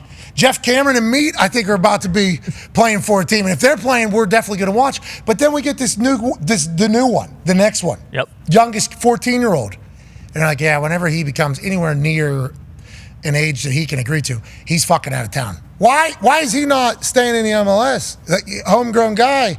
Why is he immediately getting shipped away 3 years from now whenever he potentially gets good? Is the MLS kind of crop? I mean, you get a chance to play for Man City. You're going to play for Man City. Philadelphia Union? We heard this with Prolific. Okay, hey, we got the next guy.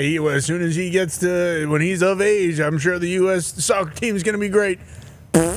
We lose the pen. I mean, it's I mean, not Pat- his fault. Come on. He's unbelievable. Pat, would you rather It's play not for the on his Chiefs end. or the Some Riverhounds? time. I'm out. What'd you say? Would you rather play for the Chiefs or the Riverhounds? And Watch this- your mouth. Then it's the Riverhounds or the MLS. Yeah, exactly. Make him play football. He'd rather play for the Chiefs. I bet he can. We make have a kick. enough football players. I bet he No, can we make a don't. kick. Cav can make some There's kick. 500 tournaments, though. Couldn't you just play in your whole MLS season and then go overseas? You don't and do get it.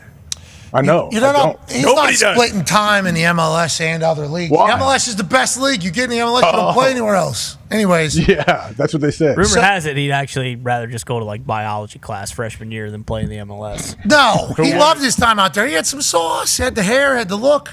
That's what they're playing for. Oh, the MLS. Which time? Which time are they playing for this one? Is that the supporter shield? Is this the Which one of MLS This is the Kroger playoffs. Cup? This is the MLS Cup. That's the actual playoff winner. That's the one Messi will come back Is for. that the and in champion? Miami Who's the will win. champion? No, because I thought the MLS Cup was happening. yeah. No, Champion. that's the league. I mean, it's a lot better than the. Oh my God! Come on, so follow the sport. Let's move along. Let's Follow talk the about a sport we understand, okay? And we do appreciate the fact that soccer was our sport for numerous years in our eyes. Yeah. And then it very clearly wasn't. Yep. We had a good run. We did. Name It of was the so trophy. much fun whenever we were better than everybody else, even though I guess we were not, turns out. But in our eyes and in our minds, we were. That was fun. That was a real fun time. It was. Now When was that? we need Coach Miola back. You know, let's get Grella maybe with a whistle. Let's get Meat and Jeff and Breck Shea back in the fold. Gordo Gerson. Bingo. They need a little bit, and the Indianapolis Outlaw. Yeah, Outlaw, Sauner. Big Thomas. Sauner. We need more Concafa in that U.S. camp. I We think. need just less soccer. overall. Let's just as a on, total. dude. Let's eliminate. Come on, half man. the soccer leagues need to blow themselves. You're talking up. about soccer like it's lacrosse. Okay. Well, no, because we're not talking about lacrosse. It's not the ice cream of tomorrow or whatever. I mean, it is. could look like the Shopify trophy that lacrosse has or whatever. I mean, that was the Cash App MLS Cup, damn it. Soccer.com All right, Cup. so we are done with the soccer talk. Forever. Burnley just won too. We can't forget that. Burnley won a Yeah. game? Oh yeah, kicked some ass. Who they beat? The Riverhounds? Yeah, That's- something like They that. actually just signed Ronaldinho's son. JJ's Burnley opening might that. be back. Yeah. JJ's for sure. finally opening the wallet a little bit. Yeah. That's good Cover news. the G League this year too. That guy's just flexing, walking around, so jocked. Oh, yeah. It's like, is that guy ever going to take any of those muscles and open that wallet to pay somebody to come to Burnley? They couldn't find a coach, couldn't find anything. They left the good league. Yeah. Yeah. They go down. And now it'll be real fun watching them beat a bunch of B leaguers. Yeah, but if they win this league, they're back up, right? Yeah. And then guess what? Next year, you know what happens? What? They lose every game again and go back down. They didn't lose every game. They tied a few. You're right. Excuse Listen, me. so they have to win this league to get in or top three? Top 3, and then there's a tournament where a 4th team goes up as well. We're sitting pretty. And then There's a lot more they're teams, letting though, right? everybody Aren't there like 30 teams? There's 20 teams in this league. Yeah, but there's only one Burnley. Good luck out there, especially Road. Up the Clarets. Up the Clarets. He's watching that on a computer because I guess it's not easy to find everywhere. You think if you own the team, you could get something to watch it on TV? Well, I think he could. He's always working out. Oh, You got to keep the computer with him. Yeah, I'm sure Tyler's got a nice setup in his fantasy factory down there to watch it. You're talking about Dude Perfect? Yeah. Tyler hasn't seen one Burnley. Let's move on from soccer. Shout out to soccer happening and being available for Gumpy to gamble on. Yes. Because he's good at it. Yeah, very good. He is. He can find the winners. And that is what Hammer Dahn is all about. Let's talk about the massive trade yesterday. Matthew Judon moves on from New England down to the Atlanta Falcons for a 3rd-round draft pick. Judon, who was looking for a new deal with the Patriots for the last 2 seasons. Last year ended early because of injury. Came into this year healthy, ready to go. But, oh, yeah, we still need to figure out the contract situation from last year. Obviously had the moment with Coach Mayo during practice when he opted out of the fully padded practices, but he was there. He gets sent off the field. He's back the next day. We all think it's kumbaya. Judon and the Patriots, they'll figure this out. Then yesterday, boom, Judon has been sent to Atlanta. Obviously, a phenomenal football player, AJ. What do you think this is about? Was this New England? Was it Judon? Who do you think really won in this entire thing? Well, it feels like Judon obviously was trying to get whatever the new deal he wanted from them. They were unwilling to do that. But, okay, the fact that he doesn't have a contract, you would think, especially with the whole Hassan Reddick situation, the agents, everyone talked beforehand. They felt pretty good. Like don't they have to be close or almost agreeing to terms to have pulled the trigger on this? You would assume with what's happening right in front of our face at a pretty similar position in the same division as the Patriots. Like, the Patriots don't care, I guess, at all, if that's the case. But, like, Atlanta should certainly feel very confident that a deal is going to be done or near done, or Judon's okay just playing out the final year. And then that's the whole other angle. Like, maybe Judon was like, cool, I'll just play out this year and I'll keep it moving. And Elliott Wolf at night was like, I didn't like the way he handled this. And was like, let's get him out. You don't know who, right? We still have no idea how this came about or who wanted it more or why it happened. Maybe this is just the New England Patriots saying, hey, we're going young, we're punting, we're getting a new culture, let's just move along, we can get a 3rd rounder. Apparently there was other teams that were interested. The Chicago Bears were interested. I believe the Dolphins were interested. There was a few teams that called and were part of it. The Texans, I guess, made a brief little, hey, how's it going up there?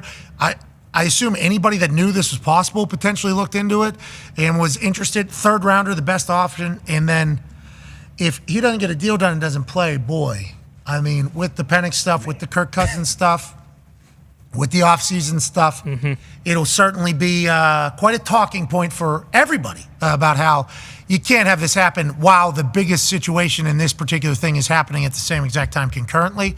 So let's assume that they've sorted that already behind the scenes. Yeah, and if that, like, Wolf Judon conversation might have happened, like, hey, okay, fine, I'll just play this year out and then, you know, we'll go from there and I'll just leave and go somewhere else. Then it is like, all right, thank God we got a 3rd-round pick for him if he was leaving no matter what. But it does open the door. You hope those young guys just come in. I mean, does it matter? Is the New England Patriots now? No, because they're not going to be in it at the end. What? So in the grand scheme of What are you things, talking about? In the grand scheme, it's Every irrelevant. game you have an opportunity. The year we were 2-14 or whatever, we were 1-score games in 9 of them. Last year, the Patriots. I mean, we're 3-14, but 8 one-score games. You guys won the Super Bowl this year. Yeah. Well, no. We know that's not the case, but we could hang tough. We could be a real gritty team. What's that mean? I know that. Cover some spreads. We can, 9.5 points against the Bengals week 1. See you there. Because I'm taking the Pats, baby. Yeah, but also them moving on from Judon tells you what, though, as a Patriots. The expectations for this year aren't like, hey, let's go to the playoffs and let's make some noise. Like, the expectations are we got a bridge quarterback in Jacoby Brissett who's on a 1-year deal. We've got a very, very young defense, and that there's a ton of cap space for this year and next year. So if some guys perform like Josh Uche, who's on a 1-year deal, then you can reward him with an extension in season. And other throwback jersey all of a sudden on this Throwback Thursday. Yeah, I'm gonna frame that one. Going to be worth a lot of pennies in a couple of years. Nobody's gonna buy it. You don't think? You haven't got any? Had some inquiries, but nothing that really tickled my face.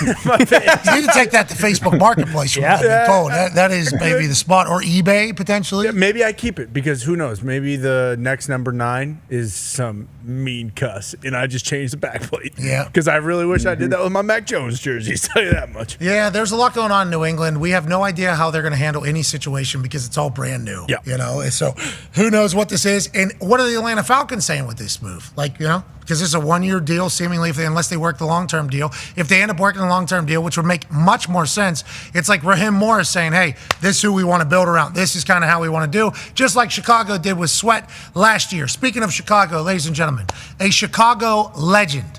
A guy who immediately upon starting to play football became a body mover. I believe he's a rookie All-Pro and Pro Bowler and literally was until he just chose not to be anymore. I think an injury happened, kicked tires a little bit, but the only thing I'll remember is that one of the most naturally talented human beings to ever play football at the offensive line position. I think it's how everybody views him. Chicago Bears legend, ladies and gentlemen, Kyle Long. Yeah. Thank you very much, Pat, and all the boys. It's great to see you guys, and that's a great intro. You guys have me laughing there with the soccer conversation, the New England stuff. It's interesting, the New England stuff, but we want to talk Bears today, baby. Chicago Bears on the tip of my tongue. Okay, we'll talk Chicago Bears. We will certainly talk Chicago Bears, and we've been talking a lot of Chicago Bears, which, to be fair, has been a little weird. It's new. It has been very new. We're learning a lot, which we appreciate, and we will certainly ask for more information. But let's visit that Judon trade from New England to Atlanta real quick, just to get your take on it. Obviously, you've been around the NFL forever. You understand it's a business more than anybody that would ever talk on the subject. What do you think this is? Do you think this is Elliott Wolf kind of wanting to set a precedent? Do you think this is them just saying like, we're not going to pay you, doing them a favor, send them there? What do you think this is for the Judon trade to Atlanta? I think it ends up being a win-win for everybody because, as we know, Judon is such a spark plug for any group that he's on. And when he's on the field, he makes people better. And look, the guy wants to get paid. And if it's not going to be what he wants to get paid in New England, he's got to go somewhere else. They get a third rounder out of this thing. You got a young quarterback, obviously, on the shelf there. And Jacoby Brissett, as Connor was saying, is the bridge. Are you punting to next year? Or are you saying we're going to start a culture here that doesn't have, miscommunications on the sideline in practice with the head guy, and we're going to show early what doesn't fly. And I think it could be good for Judon, could be really good for the Patriots down the road, and good for the Falcons too, obviously, because they're getting a player, and we'll be excited to see how it's used. Let's go to the Chicago Bears now. Now, I said this earlier when I was talking about you and the Chicago Bears. There was a time, I assume you always had love for the Bears, but there was a time where publicly maybe you weren't as outspokenly behind the Chicago Bears. Now it seems like you're at a point where you're like back in love, remembering all the. Is that true? Is that an accurate kind of read of your relationship publicly with the Bears? As all three of us in frame know, it's tough when you step away from the game, and there's certain emotions that you're not really prepared for. And as a former Bear now, I've matured and understand and have a little bit more perspective. When I first got out of the game, it was tough. I took everything personally, but I didn't realize we all get old and banged up, and none of us can do it forever. Will Compton's still trying to get that year 10, but it won't happen. I don't know. I seen him take the trash out the other day, and it was moving. He was moving pretty good, driving the legs.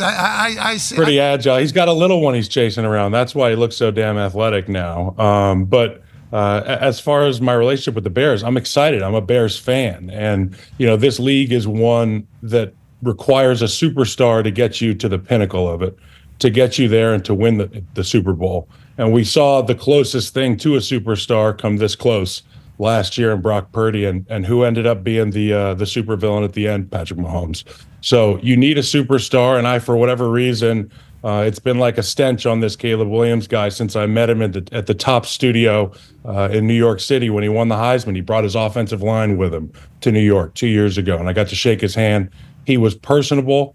He seemed immediately to me like somebody who has the required confidence. And as you know, you need a superstar in this league. Chicago has themselves a superstar, and they've given him some really good co-hosts to the show that are put on every Sunday. Yeah, they built it up around him. I actually told Coach Eberflus yesterday about the narrative that the Chicago Bears are going to ruin this once-in-a-generation superstar, a lot of people said. And it feels like with the way the team is built right now, and it's almost like and I said this yesterday, and it got quoted by somebody in Chicago, and I appreciated this, so I saw a lot of reaction to it, but it's like, I genuinely feel, and I haven't done the research, so I should dive in, this might be the best spot a number one overall quarterback has been dropped into in some time. It's not their number one pick. It was somebody else's number one overall pick. And everything that they invested into helps a quarterback. We got you 2 number one wide receivers, okay? Keenan Allen and DJ Moore. We got 2 number ones for you. We got a running back that's proven and fast. We've invested in the offensive line, and the defense is sound. It's like that is what you want. That is a setup for a quarterback more specifically, as opposed to like Bryce Young, what he gets dropped into and how it ends up working out. And before that, like Andrew Luck, maybe because we had immediate success and the people that were on the team, even though we didn't win the year before, possibly could set up. But like this feels like a dream setup for a quarterback, and Caleb feels like the right guy. Do you agree with that, Kyle, or no? I do, and this entire team, not just the offense, is getting a shot in the arm. You look at the way that this defense finished the season last year and the ride that they took this football team on and the emotional connection that everybody had with Justin Fields at the end. But look, Bears fans, we retained this defense that you love, that we all love, okay? The rushers are great. Sweat was an amazing addition.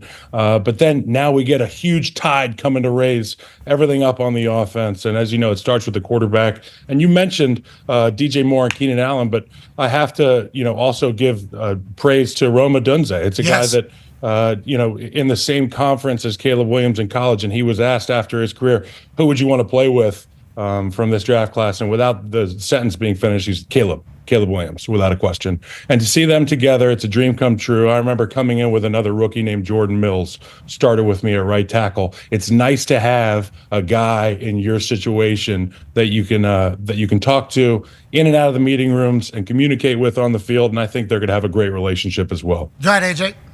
Kyle, I assume you've been watching Hard Knocks. There's only been, 2 episodes come out so far with the Chicago Bears, but how do you view it? What do you think about what it looks like? I mean, everything you're watching, I know everything looks glamorous and awesome, but they look like they're actually a team that they're buying into the culture, and that Eberflus is in charge and seems to be very confident in where he's going.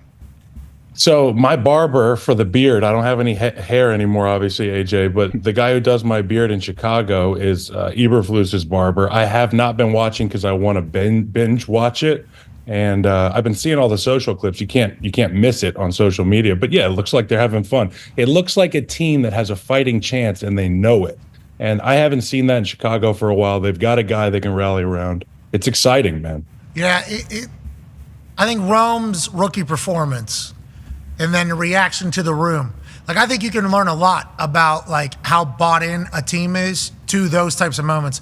Like with your brother's team in Philly, there was a team meeting, I think it was before the NFC Championship game, and hold up, wait a minute, and the whole team in the team meeting room was, like, even, I think, like, fat whites in the back were, like, all, and as soon as I saw the video. They got the backup guards dancing, too. Yeah. It was, like, team meeting, and, like, everybody's, like, standing, like, the coaches, and as soon as I saw it, I think we were traveling, I literally saw the video, and I was like, this is the team that's going to win you. Like, I think that's a big deal, and it doesn't get talked about a lot, and I think Hard Knocks actually can showcase that. Yeah, Hard Knocks does a great job of it. I've obviously seen it in the past, but really it's the offensive line. They find a way to give their guy a little bit more time. As my dad would always tell me, you never know when that extra effort is going to be the one that gets your quarterback's hip clear in the pocket to make that SportsCenter top 10 throw. And you could be in the clip. The whole group could be in the clip. Finish your block. You got to go get A.J. Hawk's ass and get him blocked because he will make the play. They don't want to be that guy. The offensive line in Chicago does not want to be that guy, and it's reflected in their play. And we saw it in preseason week 2 when Caleb was getting snaps live. How many times you and AJ play against each other? I can't remember because he hits so hard. Oh, so you got a concussion. He said 0 documented. Yep. That's what he said. Did that make sense for him to say that? There is no record. There's no record of any interactions between me and AJ Hawk on the football field. Is that real or no? No, I think Kyle tried to submarine me off a pile a few times, like with put his head down and tried to submarine. I respected the move. We always had fun. I love AJ, and I always Kyle's the best. Dude, you played so hard, and we had so much fun, and I wish I felt as good physically as I did when I was trying to get you blocked. Your head is so hard, just to let you know. Like, I remember the first time it came out, and Kyle came out, we, boom, head and hands, both of us, and I remember talking after, like, of course, Kyle's pushed me like 15 yards after the play, the whistle was gone, and he keeps pushing me, which I was like, hey, I respect it, just don't push me in the back. But I remember talking about how hard his head was, for real. And he played super hard too at the same time. Yeah, Kyle, you were an absolute weapon as a human. And I talked about it at the beginning of the show.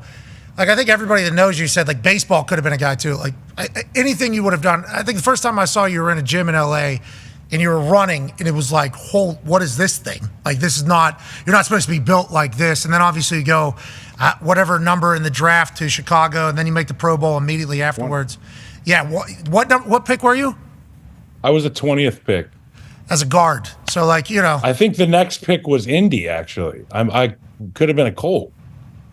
I don't know if that would have been great. Like, could have been good. I think it would have been great. I had a good visit. I ate some seafood with the old GM down there on my visit. It was a nice town. Saw there's a little par 3 out front, too. Yes, there is. Jim Irsay built that. Yeah, Jim Irsay built that. I think it's been used 4-6 times maybe over the entire time. Would have been a blast to have you. We would go on to draft Bjorn Werner. Sure. Sprechen Sie Deutsch? Yeah, the whole thing. But do you think baseball you could have made it? And why do you think like the offensive line mentality is not an easy one just to pick up? Like, especially with what AJ's saying, like finishing through that whole thing. Were you always an offensive lineman while you're playing baseball, or? So, baseball, the MLB's implementing a rule where starting pitchers will have to throw 6 innings. You can't just be pulled if you're getting shelled. I think, don't quote me on this, but I saw a tweet from MLB. They're thinking about implementing this rule. Really? I think I would have done well in that environment because I would have kept it together. We've all given up sacks to Julius Peppers, and it's akin to giving up home runs in baseball. But the thing about an offensive lineman, nobody's coming to pull you out. The cavalry's not coming. Julius Peppers is going to go line up again, and he's going to try to get another one. And it is almost exponentially harder after he gets the first one to stop him from getting the second. And that's why they have relief pitchers, long, middle, setup, and closers. But in the offensive line business, they don't do that. And when I first started playing offensive line, the quarterback was my younger brother, Howie. Shout out to Howie in Vegas. He's crushing it out there in sales. Shout out Howie. Hey, move those. Hey, move it. Move product. He got into the NFL when I did. He was in pro scouting for a while, but now he's in sales because he's a great dude and people respond well to that. But he was the quarterback in high school, and Dad said, I think you might enjoy playing football. Your brother's going to be the starting quarterback next year, and he could use your help. And that's where it started, and I've always had my guys back, before or after the whistle, at the bar, in traffic. I take pride in that. And, that's what being an O-lineman's about. You're the man, Kyle. I've got a chance to hang out with Kyle a few times. Legendary. Mm-hmm. Just good vibes, brother. Good vibes all the time with Kyle along. I appreciate it. All you guys are good vibes. That's why everybody loves you so much, all of you. It takes a village, right? And you guys are doing it. So we are a village, aren't we? Yeah, we do have good vibes. We do, don't we? Yeah. Yeah, sometimes, you gotta... Like when you guys were talking about soccer, for instance, you had very negative vibes about soccer. Well, no, you said less soccer, stupid. That's a great point. Those are correct vibes. Thank you, Gumpy. Super positive, Gumpy. Bad vibes when we're talking about soccer. All right, let's get back. We appreciate you, Kyle. Sorry, we're not good at the compliments thing. Please keep them to yourself. We will send them your way, though. Connor has a question for you. Yeah, Kyle, team we know that's going to be in it at the end, Kansas City. You were there in 2021. Why are they such a machine? How does Andy Reid kind of operate on a day-to-day basis when you were there at least? And do you believe we are now in the Patriots-esque era of KC and that this is going to be the reality of the NFL for the next 15 years until Mahomes is done? I'll start with Andy Reid. All great head coaches have the ability to touch every single guy on that roster with, whether it's conversation or, a little pick me up here or a little kick in the ass there. Andy Reid is as good as anybody I've seen at doing that. And the cast of misfit toys that he loves to work with is so entertaining to be around every day. And Andy's such a big part of that. And obviously the offensive genius, but his commitment to being a real part of the offensive line, teaching and coaching and install. The screens are Andy Reid's baby. Like everybody else goes and sits down when it's time to do screen install because that's Andy. And you can see the attention to detail in particular in that department of the offense. And I loved it as an offensive lineman. He just eats, sleeps, breathes football. But as for the Chiefs, a few years ago, they got rid of a guy named Tyreek Hill, who's pretty good at football. Yeah. And I was number one guy in the league. I was on my brother's podcast, the Green Light Pod. Also, shout out to C-Long. We all love Chris. And, shout out Chris. We were talking about the Chiefs, and they took the driver out of Patrick Mahomes' bag when they took Tyreek Hill off the roster. And people fail to realize he hits the 3-wood 320 yards, and he could put it right down the middle too. So even without Tyreek, we saw the explosive stuff change a lot for that offense. But now they go and get some more burners, and we could be looking at the Tyreek-esque offense 2.0. They got scarier this season, and I mean it remains to be seen who will step up to the plate in the big moments. But I know Patrick will. We all know Patrick will. These new characters on the Chiefs are going to be fun to watch. Xavier Worthy, obviously, in training camp is just always open, right? Because they have so many people now. If you bring Hollywood, you got Rashee Rice, if we can get to the season. And then you got Travis Kelce, obviously commanding the middle of the field or wherever the hell he wants to be. Like, that is literally what he does. So it's unstoppable, seemingly. Why doesn't everybody just do that, Kyle? Why doesn't everybody just do that? They've got the algorithm. Some of these guys in finance, they've got the computer that just works for them, the algorithm. That's like Andy Reid's brain. And, I think Brett Veach is tied in and tapped into that brain. He put his USB dongle in there, and he was like a little FBI hack into Andy's brain. He finds a way to couple Andy's schematics and offensive mind with his ability to get these players in the building. And, what we're seeing is the most fun thing in football. Travis Kelce going for another 4 years somehow. Dog. He's just that animal, dude. Just in life, awesome.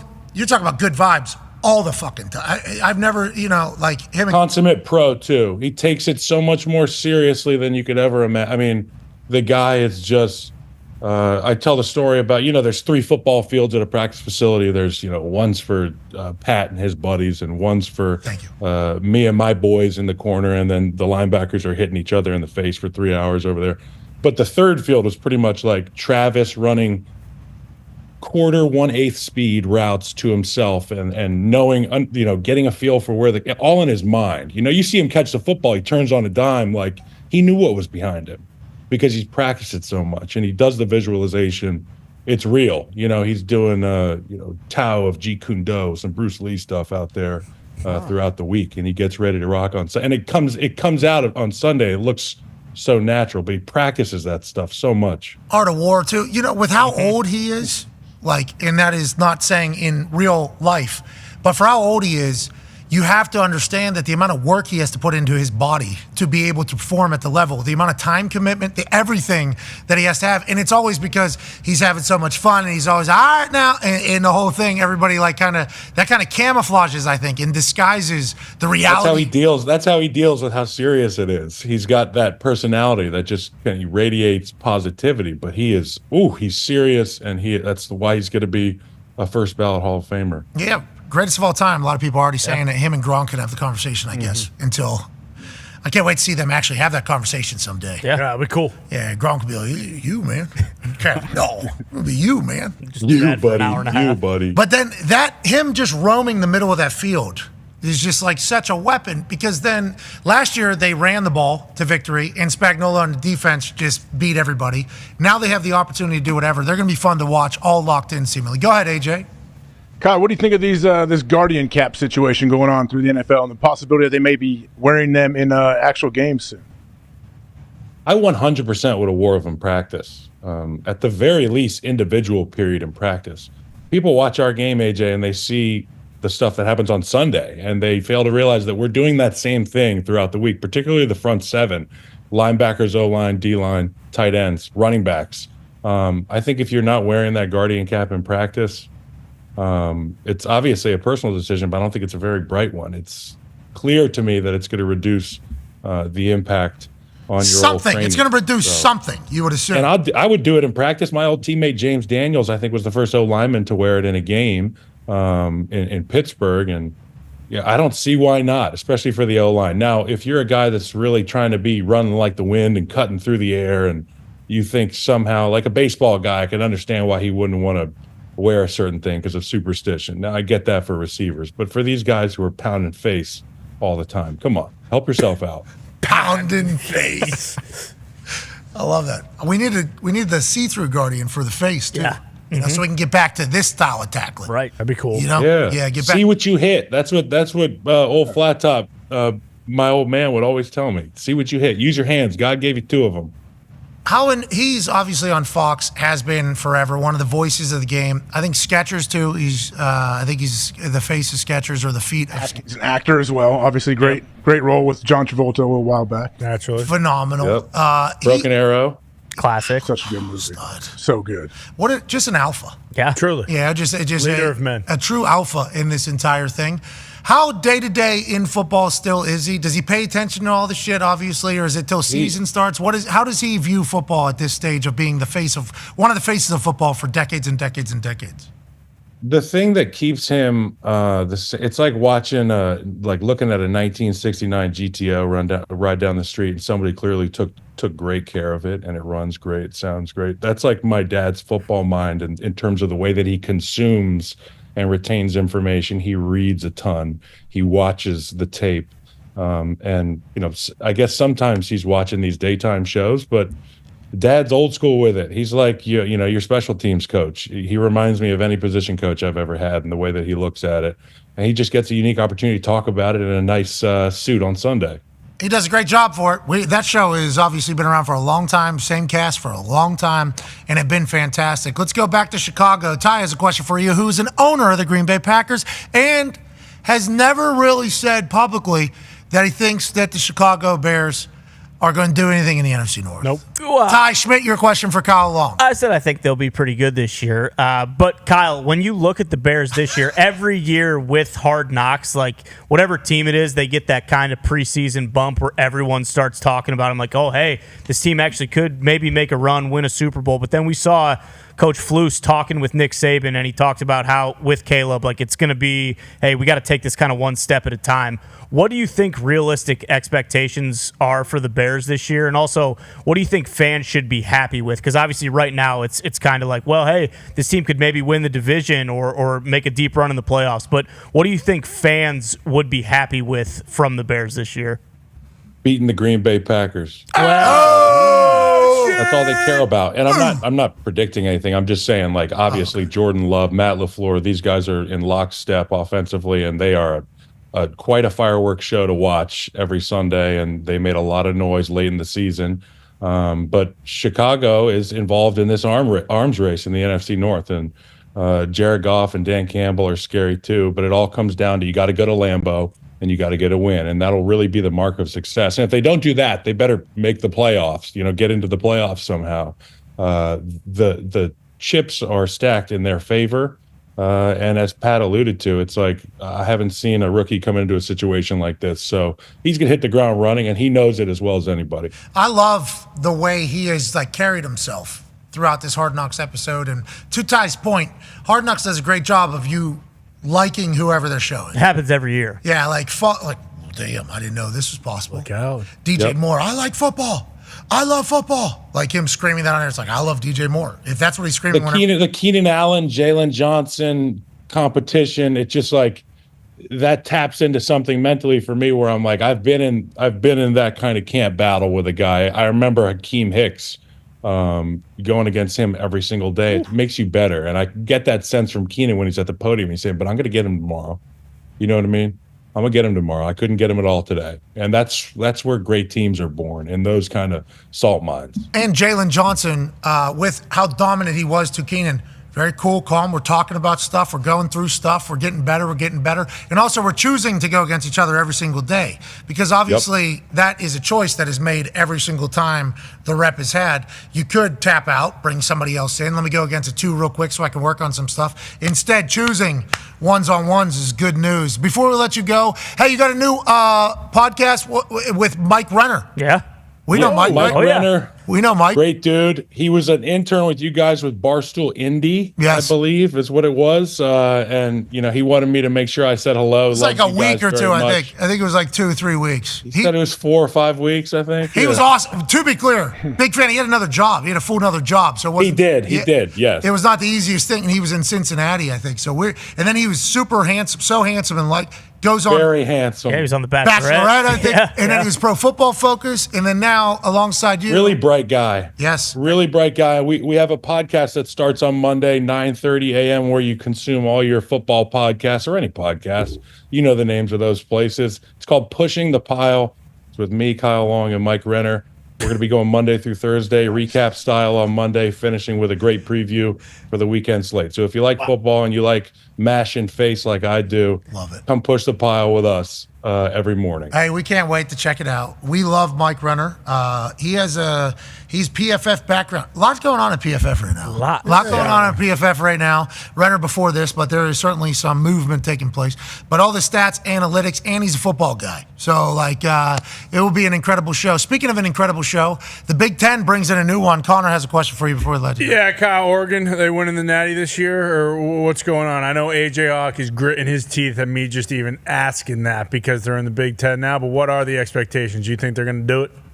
I got to get my dual citizenship in terms of conference now because Pac-12, Big Ten. I can sit at the Big Ten tables at these media days now. I guess it's cool. I mean, they got to fight for their right to party. I guess as Travis Kelce would say, when you go play in this Big Ten, it's such a historic conference, and obviously Oregon's got the gusto to come and get this thing done. But we love what they've done in Eugene, and they better come out of the gate swinging because AJ can attest to this. You can't let your guard down 1 week in that conference. And Lanning feels like a guy who likes smashing face. Yeah. He's a face pounder. Big face smasher. Yes, Lanning. he is.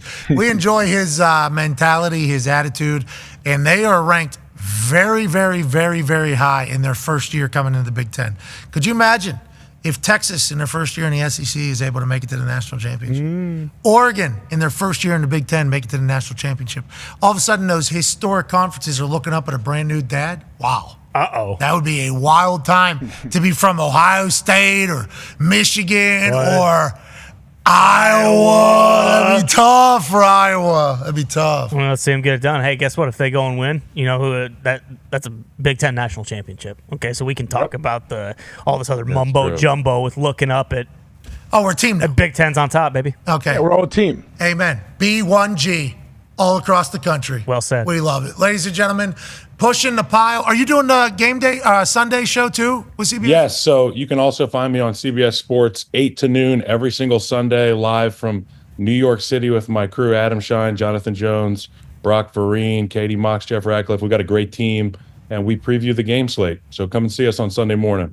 You asked for it. You got it. Ladies and gentlemen, Kyle Long. Yeah. Shine's the best. Yeah, he's the Love Shine. Shine's energy is fantastic. Always has been. Nuke. He has a special ability that only a few have where you could put him in an actual closet with a microphone all by himself. Mm-hmm. A light. He's going to have to see. Yep. Mm-hmm. Then he can go 5-6 hours if you do. Without a doubt. He'll rip it. 99 on anything. on the black. On anything. On it just. Yeah. All the way through there. A true professional. He is. Mm-hmm. A true lightning rod. Yes. A legend of the game. Shout out to the Shine Box, baby. Yep. Love Shine. And Kyle Long, I'm happy he's back in good graces with the Chicago Bears. Happens a lot in the NFL world. I assume other professional sports too, because whenever you're done, that's the first time in your entire life you've been told you're not good enough by somebody. So, when that takes place, that is, for some people, most people actually, very difficult to hear. That is quite a shot that has never been taken at somebody before. And I'm not saying that's what happened to Kyle Long, but it is very normal for players at a place to kind of be pissed off at a place. Take some time with the sport as a whole sometimes. Sport as a whole, league as a whole, team as a whole, and then come back. Happy Cow's back. Good personality to be back in the NFL world, AJ. Great personality. Obviously, great family of football and all that they do in the media as well. I mean, think of all of what they're doing. Obviously, he's brother Howie in sales, but Chris and his dad Howie. I mean, Howie. I want to ask. We'll get to have him again, but man, I want to ask about Howie's like physical regimen. That dude looks like he's the healthiest. Whatever. I don't know what age he is, but he looks amazing. Well, I think I saw in that Skechers commercial. He's walking a lot. Yeah, he's doing a lot of walking. And he's probably playing pickup basketball and all kind of pickleball all day, doing all kind of stuff. Posture's always proper. Yes, Posture's always proper where he is. Haircut always still wise, still Howie. Yeah, and still watching the film. Old school. This guy watching the film every single week. Think about those TV people that have been around for ever. Them doing the same things that they've done without the technology advances, which I'm assuming there are people that have adapted and everything like that. But just the thought of old football guys still doing what they have to do now, and just being, I don't want that shit. No, we got we got a system that shows you everything. I don't want it. I just need a fucking computer. Can I just cup of mud? Can I please? That's all. Newspaper. Like Coach Corso, he has notes on everything, and it's like, how's he? Obviously, it's written with a pencil, Ticonderoga.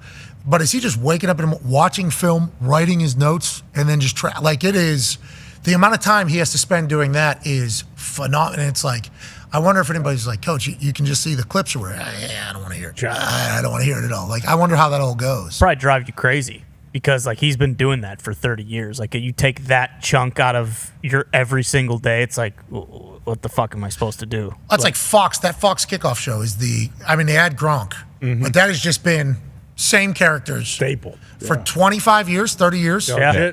Is that what it, and that's just, this is how we go about doing it. This is how we go about doing it. And I'm assuming that Fox has been presented with you need to change it or whatever. And probably one or all of them have been like, nah, we're not doing that. We're a team in this entire thing. But what a legendary family, that Long family. Tonight is a big night. Okay. Preseason week 2 kicks off. Yes. AJ, have you thought about this game at all? 1 iota, 7 p.m., NFL Network, Eagles, Patriots, Kenny Pickett, Drake May, battling up in Foxborough, Massachusetts. So I'd like to ask Tone Diggs a question about this. There's the spread on preseason games. How do they come up with these, and are they as accurate as regular season spreads, Tone? They come up with them based on the coaches reporting who is going to play and who is not going to play. Like today, the Eagles are expected not to play any of the starters. We haven't heard a lot out of the Patriots camp who they're expected to play today. So I think when the Eagles announced, hey, probably not going to play any starters, it went from 2.5 to 3.5 Patriots minus. But no, they are not as accurate as the regular season because there's so much variance as far as 3-4 quarterbacks playing, and you have no idea who's going to play and how those quarterbacks play. So no, there's actually, if you're on the right side, you can get lucky and make a decent amount of money here. It's a gettable operation here, AJ. It's a gettable operation. What are you thinking? I want to see Drake May push the ball down the field. I want to see him really let him open it up a little bit. So, yeah, give me the Patriots. They're going to cover. All right, Patriots -3. It was just -2.5. It has moved, I guess, in the last 35 seconds. All right, things are happening. Patriots fans are excited. We're even more favorites over Kenny Pickett, who was the preseason All-Pro last year. That's true. With the Pittsburgh Steelers in a brand new offense over there in Philadelphia after getting traded away and no longer being his era. You said you want him to move it downfield. I want to see the timing. Now it's going to be tough, but I would like to see some timing routes. Yes. Like the ones that there's progressions, and hit like a big 3rd and 10 or something in a window, stuff like that. Yeah, like the ones you're actually going to throw in actual games. The deep shots, you're going to get 2 of those a game maybe? 3 of those a game. Those are fun. That's like for me whenever I was a field goal kicker, I'd always be like, every practice I'm hitting 4 or 5 from 65, 70 yards. Everyone. Everyone. And every time I hit, I'm like, I'm so good, dude. That's so awesome. Nobody can do that in this. Nobody can do what I just did right there. This feels pretty good. And then you realize throughout the entire season, I've never attempted one of those. I've never in my entire life. What was the farthest you attempted? 50-something, 52, 54. Did you ever tell a coach no? Did you ever say, hey, okay, we're not, no, this isn't our range? 64. I tried a 64-yarder with the Colts preseason. Yeah. Wow. That was me and Griff Whalen's first work of the season, because there was a backup kicker there. So Chuck, though, let me go out there and do it. I'm like, thanks, Joe. This is awesome. Missed it left, son of a bitch. That should have won through. That with 64-yarder, yeah. First field goal kick of the year. That's awesome. That was a lot of fun. If I make that, I am obnoxious. You know, rightfully so. Right. I mean, first rep. I'm doing it. Yep. And I think Vinny was kicking in like the first quarter. So this is the fourth quarter. So his shoes were untied. So there's no way like Vinny could get pissed that I was doing it because there's no way he wanted to. It was like a perfect situation because Vinny could hit from up until like I think his last year or two. Vinny was hitting 64, 65 yarders in practice, and it was like so. There's never a time where it's like, you know what, we're gonna try a 63 yarder. Let's bring in the young kid. Vinny would be like, young kid. 69 maybe. What are we doing there? So it wasn't a lot of opportunity. So I think he's 64 yarder preseason. Griff Whalen, great hold, great snap by Overton. I pulled that thing left, but as it was in the air, I'm like, wait a minute. Oh my God, I did it. Oh shit! Did I just tie an NFL record right now? First kick of camp, that would have been sweet. But those long ones, you got to hit very pure, and I certainly did not. Which is why I was not an NFL kicker. And, instead I was an NFL punter. Excited for tonight. Con man, you also got the Patriots, yes? Yeah, of course. Just want to see Drake May throw more than 3 passes, have more than one drive. That's Quick all. update on the Ayuk story before we go off of ESPN2 and we continue on YouTube and ESPN Plus and TikTok Live with Mark Kaboly here in a matter of moments. Obviously, can't wait to talk to him about some big news. Brandon Ayuk was at Niners practice yesterday. Okay? Here we go. Brandon Ayuk watched 49ers practice on the sideline near goal line by himself until team drills reached red zone. GM John Lynch gave him a handshake and a pat on the back. More so a hi, not a congratulations. Brandon Ayuk looked interested in red t-shirt and black shorts. Chatted with Debo, Kittle, and Juice. He's on the field. Now, it wasn't congrats. It was just, hey, how you doing? Good to see you. How you doing? Keep moving. He's back on the field. All the hoopla that is surrounding him seemingly is going to end up with him back with the 49ers. We shall see how it goes. Or maybe he's traded out of nowhere. Ooh. Just like Matthew Judon yesterday. Sports are always awesome. Football always delivers. We'll be back tomorrow on ESPN at noon Eastern. Be a friend, tell a friend something nice. It might change their life. Goodbye. Yeah. Screws. You know what I mean? It was like a 2 minutes and 15-second one. Yeah. Had to like kind of just fill until we hit that. Trying to be professional as possible. Mm-hmm. Trying to be as professional as possible. That's right. I was. These people got us on in airports and cafes and diners. I'm seeing international pictures of us on TVs. Obviously, we got that Irish show coming up, and I have no idea what to expect over there. Me neither. I have no clue what to expect. Last time I was in Ireland, they called me a dumb Yank the entire time I was there. So now, going and announcing where the dumb Yankee will be, I don't know how great of an idea it is. Excited to be there. J.R. Mahan's next Friday is going to be awesome. We are so lucky and thankful for Robert Mahan of the Mahan Family Hospitality Group for basically pitching the idea, setting up the entire thing, and also listening to a lot of our concerns, and because we got to be able to do a program as well. We can't wait to get there. We hope we get a chance to see everybody. And the couple big-time guests stopping by. Yeah, here we go. A couple Irish guests. Mm-hmm. Oh. Couple American hero guests. Yeah. Whoa. Couple icon guests. You could say that. We got good times on the way in Dublin, Ireland on 230824. Bit of a crack. It will be a crack. What's the crack? You know what that means, AJ? No, I have no idea. Well, why don't you be a little bit cultured every once in a Wake while? up, man. The crack is like the story, the situation. What's the crack? What's the crack? And the only reason why we know that is because whenever Sheamus would cut promos, or Finn Balor, or Becky Lynch, or J.D. McDonough, like I know a lot of these Irish people now, you know, like not a lot, obviously, but you get it. There's been a lot of Irish people in my life as of late. What a group of humans. Unbelievable. Roddy crew. What a group of humans. Very successful in WWE is very thankful for the Irish contingency. Can't wait to see what next Friday looks like. I know. Gonna be sick. Yeah. Oh, yeah. A lot of pints. There going to be a lot of Florida State, Georgia Tech fans making the trip, you think? I would think. You would think. Yeah. I would hope. I think that's You the would goal. think. I would assume. Yeah, you would think, I right? would think. I mean, if you're an Irish yellow jacket. I think to Todd is Tay will make the tip. Yeah, I'll take the tip. Yeah, I think they will. I think to Todd is Tate. Oh my God. I think to Todd is Tate. Yeah, that they will make the trip. Shout out to the Irish. Aer Lingus sponsoring that game. That's right. Love that. So you got the NFL in England, Germany, and Brazil. Mm-hmm. You got college ball now for multiple years in Ireland. Okay, we're moving games. Mexico has games. Yep. Canada has games. Australia is going to get a game. Like that. We assume that is going to happen at some point. Probably won't be a regular season game because of how far it is, and it would be a strategic, disadvantage or Spain. Spain, big fan. Brazil having a game is crazy. Yeah. How long's the Brazil flight? I have no idea, to be honest, but they said it was, too long for the Packers to take off from Green Bay. So That was the Packers. It was. We can't play international. We can't get the plane off the ground here. Our What are we gonna runway's too short. too long. Taking off is obviously a problem, but if there's any rain coming back too, we're gonna have to. It's a disadvantage for us because we don't have big enough runway. So we got to do it. How long is the flight to Brazil? We should look that up. Like we should Probably so far. Should we guess? Pretty serious. You would think just because it's like, South America is right below North America. I assume that is like a for 15 hour. Philly, especially. Philly to Brazil, I assume is. Well, the same time zone though, right? Because the time zones. Yeah, I forget where that line is. I don't think it's that crazy of a time zone difference. No. But I do believe 8 hours, 26 minutes. That's not as bad as that's I not thought. bad. That is a Yeah, haul. yeah, I mean, not that is bad. a haul. Ireland really settled in my brain yesterday. 7.5 in a tube over. 8.5 in a tube back. Yep. Have done it before, obviously, in the past. That's a long time in a tube. Yeah. So yesterday I just was with my thoughts a little bit while I was on the John.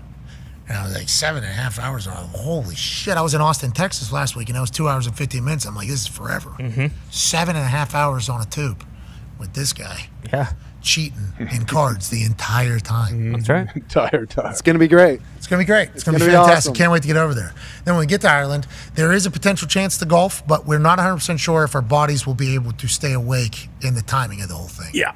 But the golf course looks beautiful. Oh, yeah, of course. I mean, everything in Ireland is beautiful. Let's be real here. Oh, you're pumped to get back home, huh? Of course. First time. He was watching a video earlier today about how American Irish people should act whenever they go back to Ireland to celebrate how Irish they are, right? Yeah, That was the bingo, video. verbatim, yes. And I got some great tips, and I feel much better about how to act. I heard they talked about enthusiasm a little bit there. and being enthusiastic about anything isn't really Irish. So think about that whenever you're acting over here. Yeah. Oh, no. Yeah, so, I'm excited to get over there and learn a little bit about the home country. Excited to get there. It's a blast. Let's take a break. Joining us on the other side will be a man who has a new home right here at the Pat McAfee Show. That's right. He won't be in studio ever because he's on beat still. Yeah, exactly. Of course. It has to be. So he'll be a correspondent. Ladies and gentlemen, buckle up. Mark Kaboly joins us on the other side. Be a friend, tell a friend something nice that might change their life. Like our friends at Dude Wipes. Obviously a bath for your ass. If you can buy them and use them, do it. It gets better. Life, that is. When your cheeks aren't, So I was stuck in a time for a few days where I didn't have any of the Dude Wipes. Oh, boy. No. My cheeks have gotten weaker. Not callous from that terrible dry single ply stuff. I've gotten my cheeks have gotten soft. I will say, they've experienced high society for too long with the Dude Wipes. That I had a run there 4 or 5 days, standard TP. We got a case of monkey butt right now. Yeah. Yikes. Yeah. Okay, that's not good. No. That's not fun. But it's even more so of like, hey, once you Dude Wipe, you're never going to toilet paper swipe ever again. Never going back. And that's how it is. And it's been great to get back in here and get these Dude Wipes back in play. One per flush. That's all. Yep. Kaboly. That's all you need. Kaboly breaks the toilet seats, not the toilets themselves. But he is a dude wiper, I do believe. Oh, yeah. And that's because Kaboly's butthole understands that when it's time to go, afterwards, we need to be able to have a time for a show. And that show is a bath for your ass. That's right. On the way out of the John. Thank you, Dude Wipes. All right, we'll be back in 5. Take 5.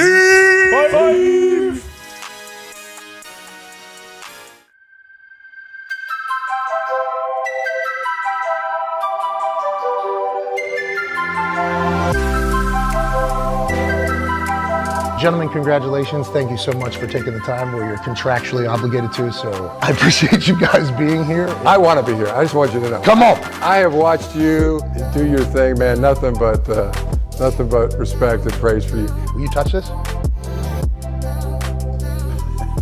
Me too, man. Way to go, number 2 overall, baby. Put your dents, dude. Boys, you're calling a national championship again, Ty Schmidt. Unbelievable. Should we be here? No! Probably not. No way. I kicked the ball to myself on that. Oh, yeah. Right there, I kicked the ball to myself. That's right. Should have told CJ that. Maybe the most athletic thing I've ever done in my entire being. Well, CJ, happy to see you. Completely ruined. Everybody's happy to see you. Ruined the line. I picked him. Really I picked him to win. I'm all right. CJ. Congratulations on winning the AFC South as a rookie quarterback. It's a big deal. First time ever with a rookie. You okay? That's a big deal, CJ. Dude, you're absurd, bro. Thank you. For how young you are? Playing in Indianapolis, that was probably the loudest stadium I played in NFL. Wow. That was like a college atmosphere. How about that? That's Pete, you got 2 knees, 2 ankles? 2 knees, 2 ankles, and some big boy pants that slide up around. Move it on like another day. Move it on. That guy's penis gone. That guy had a lot of courage. Good question. It's ice cold in there. It's ice cold. It's the first documented button dick. Game day set. That's what's being said. I didn't come up with that. That's what's being said. It was our show, 3 hours, 15 minutes. Then it was a 2-hour gap. Then it was game day, straight in national championship field pass.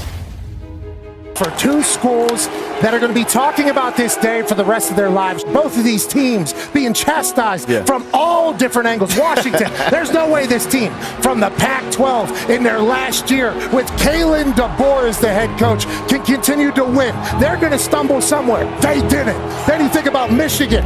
2 separate suspensions for their head coach, and all they've done is stay the course. And tonight, banners, rings, reunion conversations forever on the line. What an honor it is to be here. Look at his belt buckle like yours, man. Belt buckle. Like with some light ranching to do down here in Houston. He comes out of his cuts, he sees people, he shakes them, and he doesn't look anywhere near as small as you would think. He's powerful. I love Blake. A lot of NFL GMs are saying, wait a second, is Michael Penix maybe one of the top 3 guys to go to the NFL? Because what he does with the football is stupendous.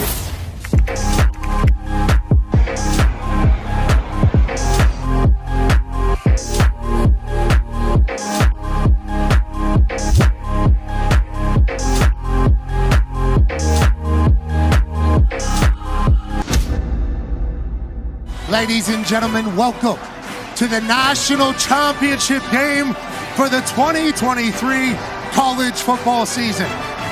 That'll see the Washington Huskies representing the Pac-12 in its final year, taking on that team led by that man, the Michigan Wolverines and Jim Harbaugh. We're bouncing. We are house calling. Donovan Edwards, touchdown in the national championship. Extra point is up and good. D-Butt. D-Butt with the one-hand grab to start the national championship. And maybe D-Butt. Con man. What's the decibels over there? Yeah, Pat, the decibels are high right now. Let me tell you, it's 106.4. This might be the line. Good decibel meter. We have actual gimmicks. Depending upon tonight, does JJ go to the NFL, which Mel Kiper has him as the 5th-rated quarterback in the draft? What does that mean, Mel? Well, you know, it means that he's got the physical and tangible tools in his head to be a first-round quarterback. I think he literally wins or loses. Oh, there we go. Donovan Edwards running into our lap. That's 2 for the Michigan Wolverines and 2 for Donovan Edwards. Pete Thamel, how long's that sign blocker been doing it, and how has he gotten to a level where he's the best in the game? He's been a Michigan man for quite some time now. And obviously, he wouldn't have a job if it wasn't for that pesky bastard Connor Stallion. But Coach Harbaugh, you know, he found a place for him in the Michigan family. A beautiful moment between the Harbaugh brothers on the sideline. The one on the right there, number 1 seed in the AFC. The one on the left, up 17-3 in the national championship. Third option, McMillan, touchdown with a flag on Michigan. That'll stand 17-10. That's the way the cookie crumbles. Hey-o! Michigan has the rock. Tony dropped his mic. Tony dropped his mic. Oh, no. Oh, no knee. Welcome back to the national championship where elite athletes perform and Tone Diggs does something to embarrass his entire family. I'm ready if Penix goes down. Sling. Boom! Snap, handoff, play Corum. Has blockers. Breaks a tackle. Touchdown, Michigan. Penix is left. He hasn't looked there yet. Pick.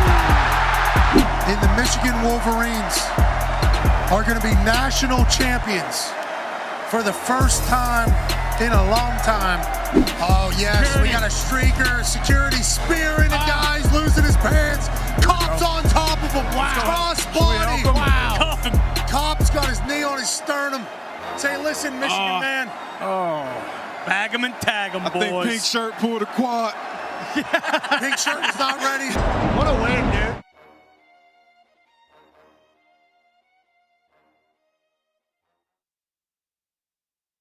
Let's go to the phones. Let's go to Dan in Connecticut. Lovely place here on the 5 Energy phone line. What's going on, Dano? Oh, what's up, Pat McAfee? Dan, you are too young to listen to this show. I can tell through. I think. How old? I'm not Dan. I am Owen. Mitt. Owen, how old are you? It's so different. I am at 8.5. Oh, this kid. 8.5. If you're telling us you're half age, you're too young to be listening. That's a record. It stinks. What's on your mind, pal? What do you want to talk about, Owen? I want to talk about how inspiring this show is and how you're inspiring this whole entire world with how you're talking about sports and how you're talking about your life experience. Thank you, Owen. Owen, thank you. Love you, Owen. Thank you, Owen, I'm taking her on And the also, fuck Boston You're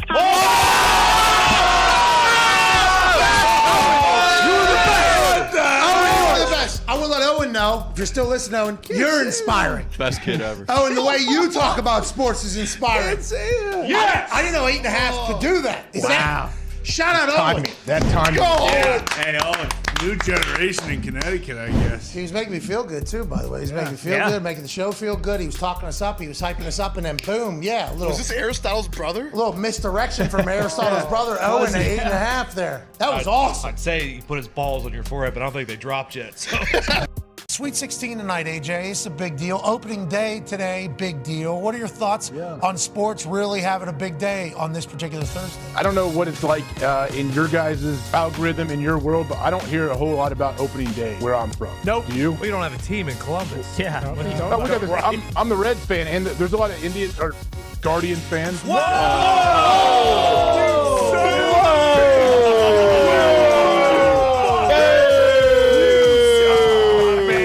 Misogynistic pig. Bye-bye, pal. Get me off the screen with this Run, thing. AJ. Hope you enjoyed your media career because it's over. God. That's it. That's By it. the way, See let's you guys. check what the ump Bye, up there. guys. He Yes, did. he did. Yes, he Yes, did. out. You Did were I finish it? Yeah, you did. I don't know. Anyways, the Commanders of Cleveland. Yes, they are very good baseball players. People love them. Who's Skeen's playing for this year? He plays for the Indianapolis Indians. Whoa! That's their name. Okay. That's their name. That's the team name. That's the You team did not name. say that. That's still the team name. It's not his fault. God. That's their name. That's their name. It's never changed They either. have not changed it. Nope. Indianapolis will not change that one. They're not changing a lot. How about the Guardians? What AJ? else we got going on? How about the Cleveland Commanders? Cavs? Yeah, they're good. Commanders. What about? The Commanders? What do they do? He's talking about the Cleveland Guardians. Guardians, bro. Guardians. Yeah, pieces of Kirk. Jeez, I still call them the Indians. Oh my God! These are the presidents. You sack of shit. These people in Ohio just won't learn. You pieces of shit. 2024. I still reference them as the Cleveland Indians. We got it. We get it. They're the Guardians. That's the name. The Guardians. And I also don't say the Ohio State University. I just say Ohio State. Oh, okay. Well, that's very noble of you. Very noble. They're gonna have a different January 6th in Ohio this year. I can't believe. Hey, What? let's go. This show stinks, and the fact that you listen, we are very, very thankful for. McAfee on the line with a gorgeous assist. The all-time leading tackler for the Green Bay Packers, you pig! Damn it! Be a friend, tell a friend something nice could change their life.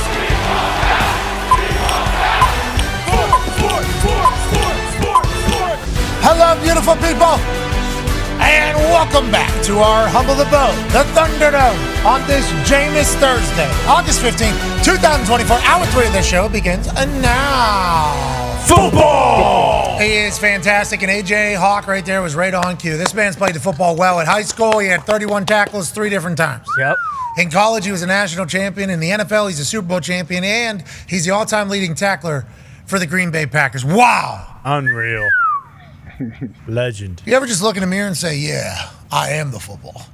Every day. Yeah, every day, right? Isn't that what you do? Yeah, speaking of football, we have the next iteration of football. Ladies and gentlemen, from the Hammer Dahn podcast, Bruce Brown. Bruce, how you doing? I'm great. How are you? Okay.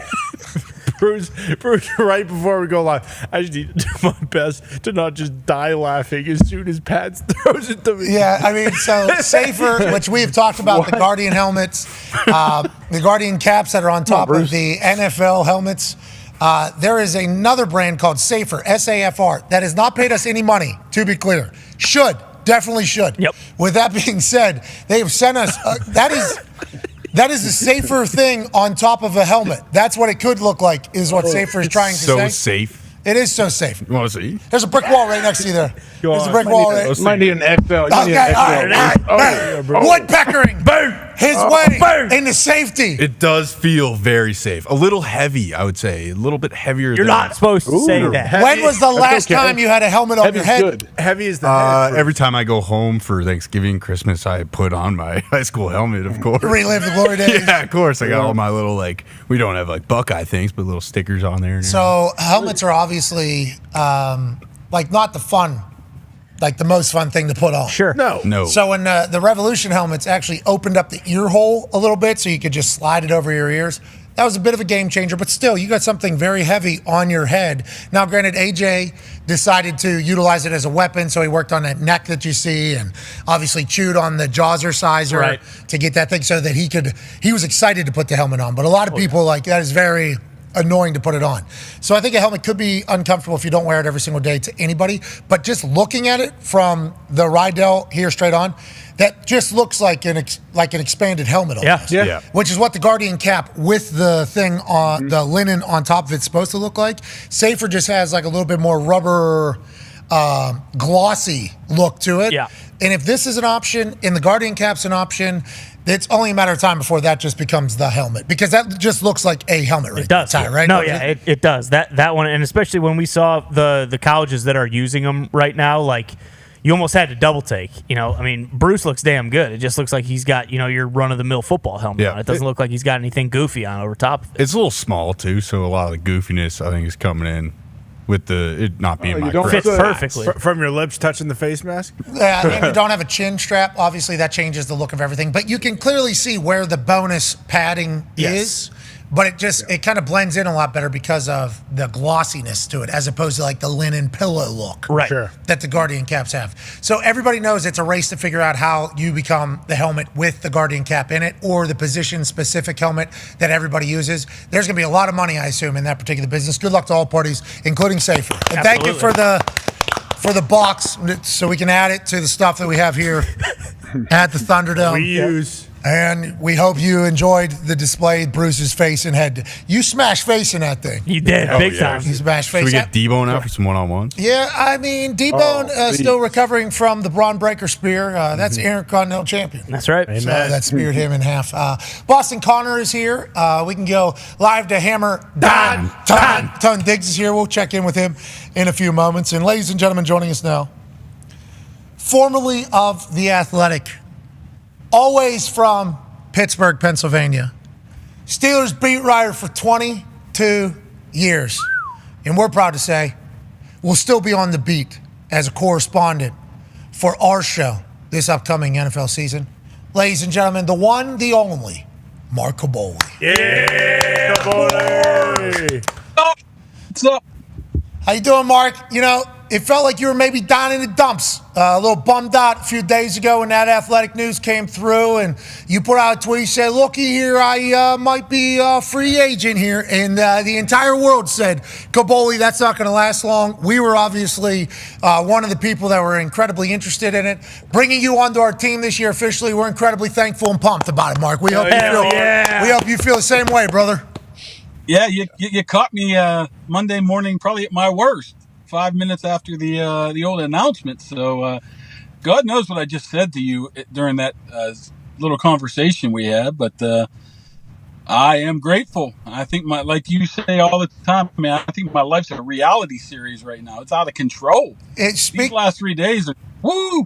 Hey, you're going to get a lot of love, Kaboly, though. Woo! A lot of tornado of love. Yeah. Oh, out of control. The people are just great out there. Yeah, well, one, but other than that, Yeah, that Penn State guy. It was great. Yeah, I mean, obviously, people had to make decisions to fire you. I mean, but anytime one door closes, you know what happens? Another bunch open. Ladies and gentlemen, I'm here to announce that not only will he be a correspondent for us this upcoming season, as of, I think, just like an hour ago or so, Mark Kaboly also a WWE digital contributor. Wow. Yeet. Yeet. Yeet is right. Yeet, baby. Wow. I am covering Pittsburgh Steelers NFL football for the Pat McAfee Show and the WWE Wrestling.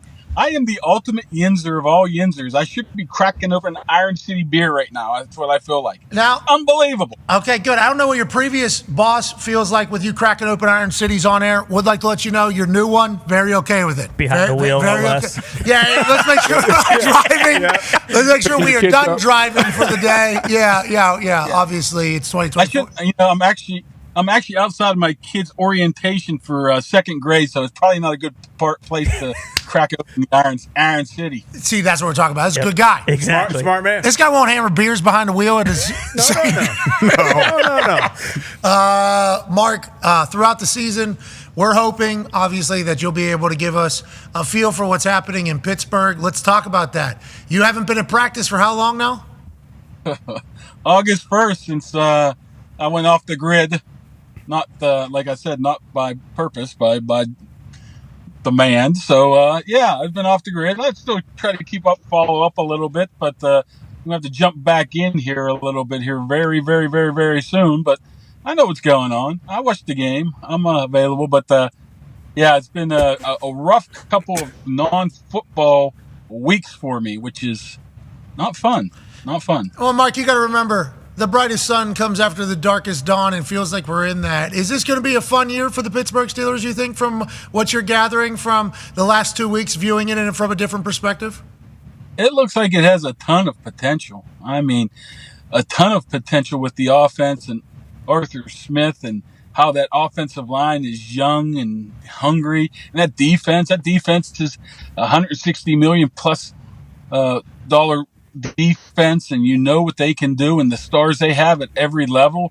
They have potential to be a very, very tough team. It's going to all come down to, quarterback play. I mean, right now, to me, it's still Russell Wilson. I mean, he's a guy that, in my opinion, could have practiced about 5 days after the calf injury, right? Okay. But Mike Tomlin held him out, and I think it's for a reason. They want to take a look at Justin Fields in the situation like this. Oh, no. Already getting Mark, we're getting throttled already. He was suspended for 2 weeks by the man. God. He's got new jobs. Right. They're trying to hold him back. Yeah, they really, truly are. Yeah. They don't want him drinking, Yeah, drinking and driving. What the hell? Oh, shit. Oh, this was America. The WWE thing, obviously working with us, is hilarious. He's able to work for whoever he wants. I think he has a couple deals around town. 93.7, I believe. The Fan back in Pittsburgh is signing him. Formerly B94, though. Just so everybody understands. 93.7 in Pittsburgh is B94 to me. Adam Baum and Buzz, that used to be. John Day, Bubba Shelley. Yeah, that was the spot. Those names. But nowadays, The Fan, which is a sports channel, I believe he's on there. I saw the Pony Express break some news last week, and then also talk about how great of a person Mark Kaboly is, so he's getting a lot of love around town. We're excited for him to have all those jobs. But the fact that we get priority is all I said. Yep. For the amount of money I'm paying him, we get priority. So if we want you on a show, you're going to have to come on our show that particular day. Can't be doing any appearances beforehand. We want the first Kaboly crack. Other than that, the WWE thing coming together is just hysterical, because I talked about this whenever the firing of Kaboly was kind of made public and we addressed it. It's like I would show up at WWE events and, people watch our show, which is crazy to think about. It's fun to think about, but the people who watch our show, they're like, that fucking Kaboly. What a win that is for you, huh? And I'm like, yeah, it is an entertaining conversation. They're like, every time is an entertaining conversation. He is seemingly one of one. So the conversation about him potentially, writing WWE.com, maybe doing reviews on his X account and then other digital properties. It's like, and he's a wrestling fan. Seems like an easy connection there. So that came through. It's like Mark Kaboly's living his best life right now, AJ, even though he has no phone service in Pittsburgh at his kid's school. Yeah, he said it's like he's living like a reality show life, but do you think this is just to get his foot in the door so eventually we'll see him in the squared circle, maybe, throwing some bows? You can only hope. You could. If those Achilles, think about it, those Achilles heal up. There's no telling what this guy can do. Him and Otis. They're going to be so mad when he's in 2K25. So, no, because what he writes, They're gonna love it. people are going to relate to so much. Exactly. And I assume if I know any good journalism that, this man will do, he'll get some news too, some scoops. Oh, yeah. He'll be We need on video recaps too, though. We need video recaps on Twitter. instant reaction. Speaking of, joining us again after his phone overheated.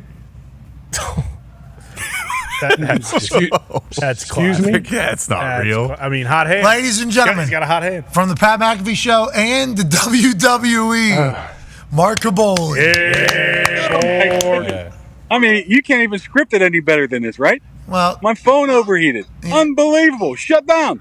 Yeah, that's because you're hot in the streets, Mark. You're hot in the streets right now, pal. It's radiating through your phone.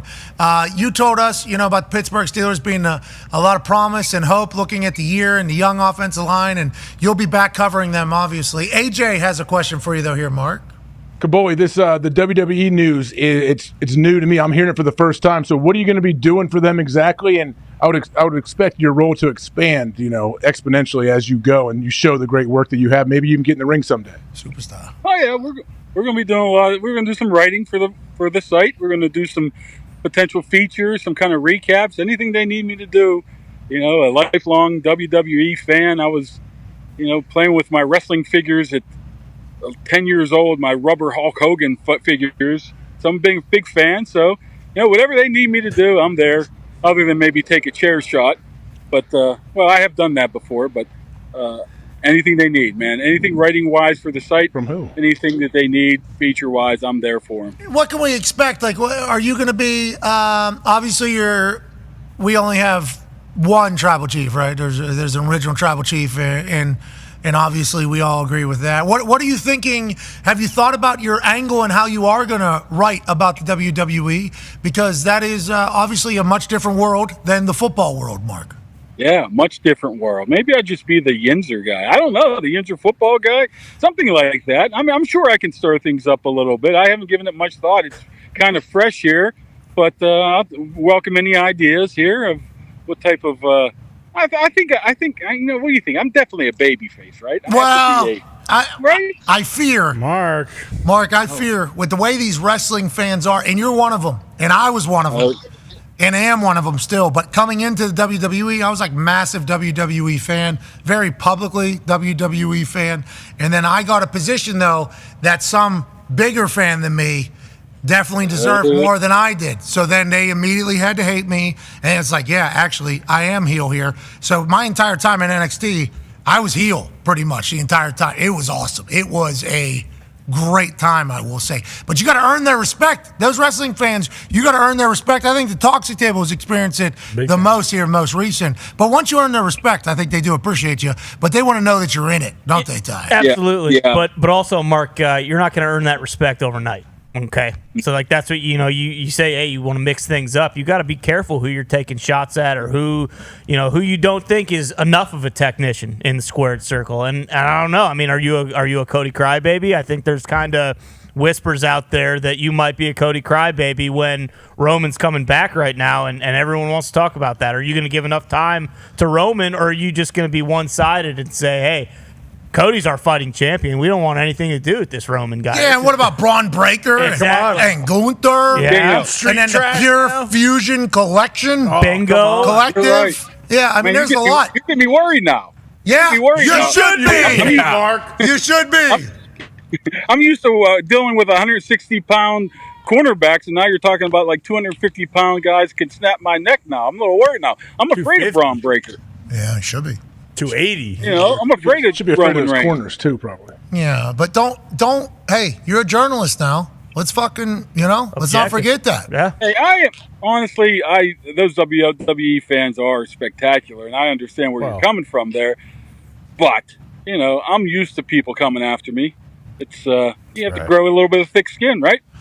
It is what it is. Skin like an armadillo. I think you get it coming through Pittsburgh. Speaking of Pittsburgh, live from Hammer, Dahn. Tone Diggs has a question for you, Kaboly. Yeah, I do, Kabols, and it's great. It's absolutely great to have you back. I did see Russ at practice. It was his first day at practice that he took majority of the starters reps at 11-11, so I do agree with you there. What do you think about the move? I can't remember who the report was from, but they reported that Fautanu was going to start at right tackle, which means Broderick's probably going to be at left tackle. Do you think Dan Moore sticks around? Do you think they try to trade him if that's the case? What are your thoughts there? No, I don't think they'll trade him. First of all, Fautanu got hurt. He hurt his MCL, so he might not be back for week 1. So that might have thrown a little wrench into it, just a little bit of their planning. But you'd be crazy to get rid of somebody like Dan Moore. I mean, this is a guy that has 50 starts in his career over 4 years. I mean, to have a swing tackle in this league, to be able to have that type of background and that type of experience, absolutely crazy. And he doesn't cost that much. He's staying around because they might need him. They might need him because beyond Dan Moore, you don't really have much at tackle. So, I mean, you can see from Fautanu early on, he was a little different than, say, Broderick Jones last year. Broderick Jones was very raw last year, only 8 career starts at Georgia. And it took him a while to really get the up to speed at training camp. Fautanu's, he's ready to go now. It's all a matter of how bad that injury was. Tough guy, too, man. They didn't even know he was hurt until he came into halftime and said, hey, can I have a knee brace? It's like, what? What's wrong? I think I hurt my knee. He's a tough guy, so... Yeah, I think he'll be out there eventually. It just might not be right away, depending on how that knee heals. Steelers not big joint practice team. They're joint practicing with the Buffalo Bills here today. And Mike Tomlin said if you have a good dance partner, especially if it's somebody that you were a college teammate with, like McDermott was at William and Mary back in the day, he will do it. It hasn't really been something they've been known for, right? Now, they did it twice before, once with the Bills. Sammy Watkins rookie year, whenever that was, and once with the Lions, and both of them were just, am I allowed to say shit shows? I mean, because it was just fight after fight after fight after fight, and I think one of them had to end early because it was a fight. You have to stay away from that. Let's hope that they can stay away. I think that's why they have it at Acrisure Stadium in front of no fans, and media is not really allowed to report on anything they see when it's not open. So that's probably the reason why they did that. They're going to maybe not have that crowd reaction to spur things on. If you're able to quell any fights, any interactions like that, it's fine to talk, push around, whatever. But brawls, you can get a lot accomplished in a little amount of time. So if they can stay away from those fights today, then it will be very productive. The fights are something that I've assumed to be impossible to correct. But then you're like Kevin O'Connell lay out what he would do, and then Bill what he would do, and then Mayo saying, it seems like every team's getting the same messaging. It's like, hey, if the person who gets in a fight is going to not play this first preseason game or second preseason game, well, guess what? Now you are playing. And if you're at the bottom half of the roster and you get into a fight, guess what? You're not playing. So you will not earn a slot. So it's like they're trying to literally say, hey, you lose everything that you want if you get into a fight, because they're trying to make these more important and probably trying to eliminate preseason games. Yeah. So they really want these joint practices to work, even though seemingly it should never work, because physical sport, we're together. Fuck me, fuck us, fuck me, no, fuck, there's a lot of that potentially with how tired everybody is, but they want it to work, Kaboly. They want it all to work. Everybody does. Yeah, I definitely want it to work because they probably want to get rid of some preseason games, like you said. But the problem is what if somebody takes a shot at your quarterback? You're an offensive lineman and say, okay, I might not play tomorrow or next week. I better not defend them. So it's tough. I mean, where do you draw that line of picking up your teammate's back and getting into a fight and causing trouble? So that's where it gets at. Now, if you're a main root of the cause of coming up and just cold cocking somebody for no reason. I can see that, but that's a very gray area, man. You want your teammates to have each other's backs here, and stuff goes on there. Like you said, chirping, intensity, stuff you don't see. I mean, I saw, whatever it was, 10 years ago when Sammy Watkins just absolutely embarrassed the Steelers cornerback on a drill. I mean, what do you do there? You go back and try to smack him in the face the next time, right? You don't have to go eat lunch with him later, So it's a gray area. Yeah, it is a gray area. Hopefully they'll be able to figure it out. Bills, Steelers, too tough. Those are gritty. McDermott and Tomlin both trying to do the same exact thing. Hope they figure it out. Let's go to the WWE world, Kaboly. Connor has a question for you. Yeah, Mark, how do you feel about the Terror Twins, Rhea Ripley and Damian Priest, now going up against the Street Trash Judgment Day? Do you think how do you think that's going to kind of end? And are you worried about kind of the damage that is going to be done to both groups as we progress here? You know that, like you call them, the trash. They're definitely going to do something illegal. That's going to, how that is. You know how dirty Dahn is. Your buddy, Pat, your buddy's with him. I'm not buddies with him. I am not buddy. Watch your fucking mouth, Kaboly. Jeez Your Louise. buddy's with him. No. You know they're going to do something weaselly here. Oh, yeah. But how can't you love Damian Priest and Rhea Ripley at this point? So that's going to be an interesting battle here. All I want to know is Finn Balor coming back as the Demon? That's what I want to know. Is he? Dude, I don't know if Demon. I don't know if you saw a couple weeks ago in the Judgment Day clubhouse, there was a thing in the back. I didn't see it in real time. Would have called it out. There was a little painting of the Demon on like a suitcase. Yeah. Okay. Yeah, it was circulating the internet. I think yesterday I saw it. People were talking about awesome. This would be it. Yeah, that would be insanity. Purple. Yeah, especially. We're going to Ireland next week. Talk about Irish royalty. Yeah. I think Finn Balor's the man. All right, Kaboly, enjoy the rest of the day. Enjoy the kid. Hopefully you'll have an Iron City, celebrate all the success later when you're not driving. And we can't wait to experience a year alongside of you, pal. All right. Thanks for everything, guys. You're the best. And we'll see you around soon enough. All right, you got it. Ladies and gentlemen, Mark Kaboly. Yeah, Mark. I can't wait. Yeah, he's jacked up. He's jacked up. I hope he kissed the ring in the Lord of the Marks. Who's that?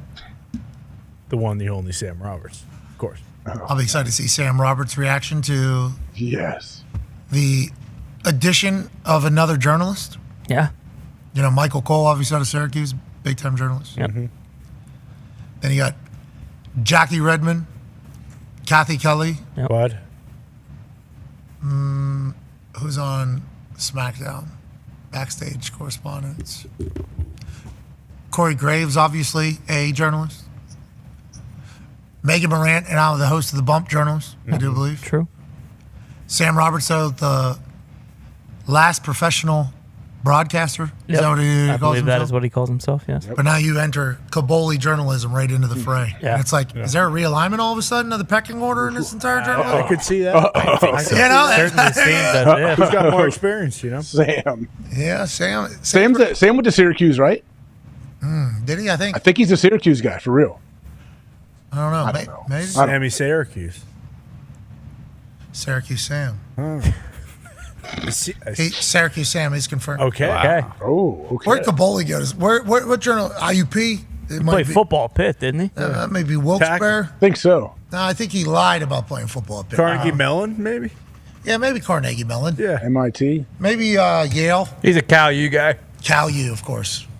That's California University of Pennsylvania. Yeah, not the Golden Bears. No, not the Golden Bears. Not Berkeley. Wow, okay. No. California University of Pennsylvania. They have a good time. It used to host a soccer tournament every year. He used to travel up there and a soccer camp. Is that a town called California? Oh, I don't think so.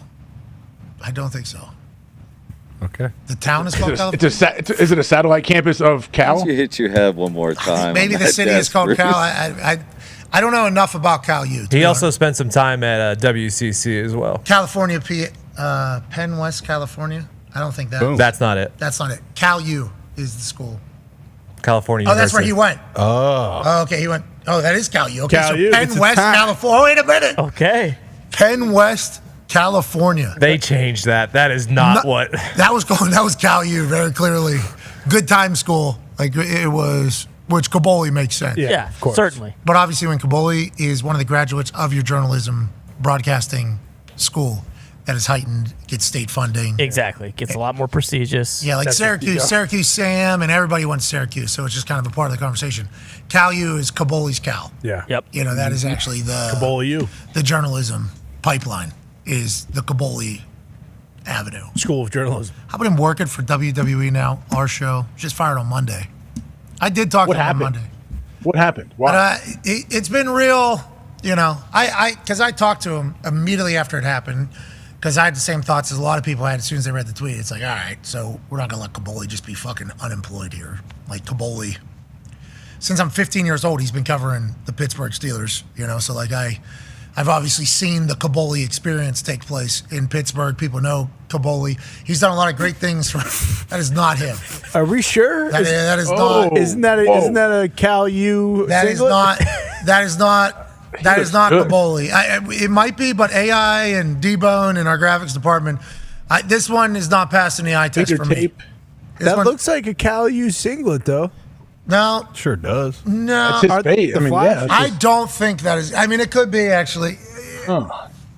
It's pretty jocked. Yeah. Looks like Otis a little bit. Yeah, well, he's got a lot of Otis in him. Yeah, he does. I've seen people say that. Yeah, he certainly does. But as soon as I saw, you know, Kaboly was potentially in a bad spot, this close to NFL season, too. So, like, you know, they talk about teams already having their money spent at this stage and everything like that. I assume that newspapers and any place that writers write already have their season budget figured out for where they're going to be. Big time, yeah. So for this close to the season, for it to happen, you know, it was just like, all right, Kaboly. I called him. What's going on? He was in the dumps. Yeah. He was very much in the dumps. Yeah, he said he didn't even know what he said to you that day. Yeah, he was. I did not expect him to be that in the dumps because, like, my initial thought, if you're as hot as Kaboly is in the streets, sure, and you become a free agent, like, that's good news, not bad news. So that is kind of was my messaging for Kaboly. But in the writer's world, I guess that is not necessarily always true. And I said, well, good news, Kaboly. You're not just a writer. You're a fucking on-air personality. Yeah, exactly. So I offered him a gig. And then, you know, I said, we'll just kind of figure out what it is. So first priority for that. And then the WWE thing coming together is fucking hysterical. Like, that is just so funny to think about. Awesome. Just him. Why not? It makes so much sense. What Braun Breaker's been doing, I haven't seen anything like this since blah, blah, blah, blah, blah. And then that's a headline potentially at WWE.com. And then headlines on the websites obviously make it into the package, the video packages. Yeah. And then, you know, it's like Kaboly now all of a sudden. He's in. He is in the universe. Will he be a part of the post-conference? Yeah, he should, yeah, it has to be. Certainly. I think he would have to. Front row. What would be it like? Would it be Mark Kaboly of the Pat McAfee Show? I think it would be Mark Kaboly, WWE.com, Pat McAfee Show. Mm-hmm. I think that would be what he would be. Also for Steelers too. Would that be his title for the Steelers? I think maybe Pat McAfee Show and WWE.com. Yep. I mean, that would be a funny every question. Mark Kaboly, Pat McAfee Show, WWE.com. So, Coach, I was wondering. He's winning a Royal Rumble. 2 weeks. He was suspended. Yeah. He wasn't allowed to cover the Steelers. Really? Locked him out of his computer, I guess. Mm-hmm.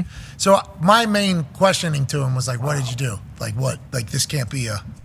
And I think it's all work-related. I think it was all work-related, from what I've been told.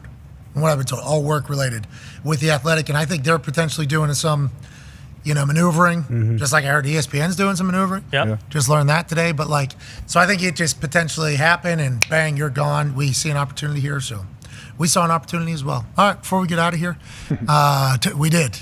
A couple of them. And there's more. I got a lot of ideas for Kaboly. Yeah. Oh, so many. I don't know So how many ideas. I don't know how many hours he has in a day. You know, I don't know how many hours in a day. Tone, let's go to Hammer. Dahn. What do we mess up today, Tone? What do we not talk about? You guys didn't mess up anything. Wow. Holy again, shit. Back to back. Yeah, you guys are swinging a hot stick. I've been keeping close vigilance on you guys as well, like listening really good. So you guys are doing. That was not sarcastic. I know my voice. Sounded sarcastic. One thing I did want to say before we get out of here, I've been doing, a lot of research in the book. It's in the book. Okay, if anybody needs available now, store.patmcafeeshow.com. It's in the book. One of the things I want to talk about was Nebraska over/under on the season. It is 7.5. Okay, and Rule in year 2 at Temple had 4+ wins than he did in year 1 at Temple, and in year 2 at Baylor, he had 6+ wins in year 1 than he did at Baylor. They were 5-7 last year, so if you do the math, you're looking at a 9-win season potentially for Nebraska. I have them favored in their first 7 weeks of the year, so I wouldn't be surprised if Nebraska started 7-0 and their over/under is 7.5. So I was just, before we get out of here, maybe a little advice from the book. It's in a book. Maybe take a look at Nebraska's over total on the season. Okay, they got Colorado, obviously, week 2, so you just said a lot there without saying it directly. They'll be favored. Okay, because the first week is what you're saying? No. They'll just be favored because they're home against Colorado. And Colorado's total, I think, is 4.5. Okay, so the books, that's Or where the books 5.5 feel maybe. about it. But the hype machine will be behind Colorado big and will not be behind Nebraska much going into that particular game. What happens week 1 with Colorado against, North Dakota State? Certainly, hey, that's a wake-up. That's a wake-up to a season. You can't be slow off the blocks with North Dakota State coming around because that is their, I don't want to say their Super Bowl, but that's going to be the most publicized game they have of the year until the national championship. Right. So the way they're viewing it and have been treating it, I'm not saying Colorado isn't doing the same, but that could be that could change a lot of conversations. Let alone West Virginia, Penn State, but that conversation could change. Nebraska, funny you bring them up. That Matt Rule video of him coaching the boys up, and I don't know if you got the chance to see this, AJ. It clearly depicts why he's a good coach. Doesn't put anybody down, doesn't swear, doesn't flub, expresses disappointment, and lifts up at the same exact time. This one video that we're about to run here, I think perfectly depicts why Matt Rule has had so much success that he has had at college ball. Hey, look at me real quick. If you guys want to know why we've lost a lot of close games, you just saw it, okay? We thud here, but because there's people watching, you don't want to look stupid because you're leveraging the football. We're just grabbing people and pulling them down, which means either you're not a good athlete or you're not doing what we're trained to do. Our seniors, their first drive, they go sit on the bench and practice. Appreciate it. And a fight breaks out. A fight breaks out in front of the fans. So I'll make my point. But this is why we lose. Because the minute there's people here, we don't do what we do anymore. How about we have pride in the way we practice, Jamari? Do your job the right way while we're out here. Yes? Do everything right. You can't change your shot with the game on the line. You do what you do. And I'm demanding you do it right. Or I promise you this will be a long night. For no reason other than I'm not losing. And that was losing. Not the result. The process sucked. So go to the rest of the practice. And I expect a standard, Ty. I expect a standard from you older guys. It's time to win. It's time to win. Winning is every day. Let's get to work. Hey, what a message, AJ. Obviously, we've all been a part of one of those situations at practice or have seen that before. I saw there were some people that saw that video and responded like, well, Nebraska is fucked for the year. It's like, I saw the complete opposite there. That's what I saw, AJ. Is that how you viewed it as well? Yeah, I view it as hugely positive for Nebraska and what they're doing and what the future looks like. Yeah, it's tough to do that and get on your team and not personally attack guys at the same time. Rule did a perfect job, I feel like, of letting them know, hey, this is not the standard we have. We're not doing this anymore, and kept it pretty positive. I would assume they had a much better practice after that. I would assume they tightened up a little bit, and I appreciate him. You can't change your shot when the game's on the line. Yeah. All the little messages that he put in there, I assume they hammer home. But it's that's a moment that could really, we address what all happened. We all agree that what just took place. Now we move on. They bought in 7.5, Tone? 7.5, my friend. And I just looked it up. They are 6.5 point favorites at home against Colorado in week 2. Damn. Whoa. Touchdown. Here we go. All right, well, good luck, Coach Rule. I loved watching that. Friend of the program, but I enjoyed watching him coach. That's like a real coaching moment there. That's like when you learn about the coach. That's coaching and that's a coaching moment that happened there in front of their fans at a scrimmage instead of at a home game where you would lose a game that you shouldn't have lost. Take care of that now. Don't want to happen later. How you feeling about Ohio State? You got boots on the ground over there at practice? How's everybody doing? They flying around, buzzing around? Oh yeah, they're looking great. Yeah, they I think vibes are very high. General Bob has been there on and off. I think the majority of practices. I think everything's looking up for the Bucks.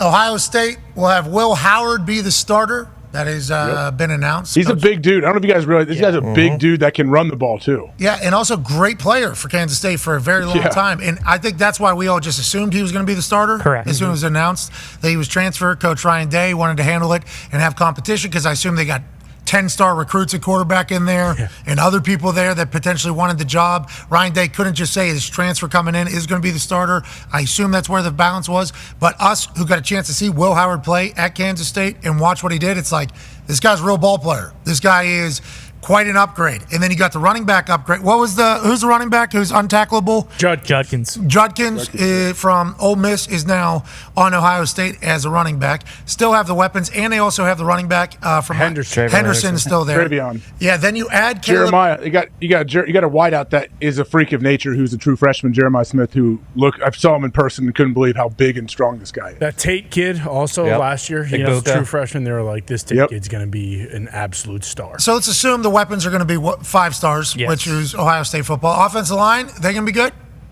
Yeah, that's always the question, I guess. But everyone says they're good. Okay, they said it's the biggest question mark on the team, just because the rest of the team is so good. It always is. I feel like because we don't really know offensive linemen. We know the star players that are getting the ball, but you don't really know linemen like that. Yeah, and you also don't know how they're going to gel.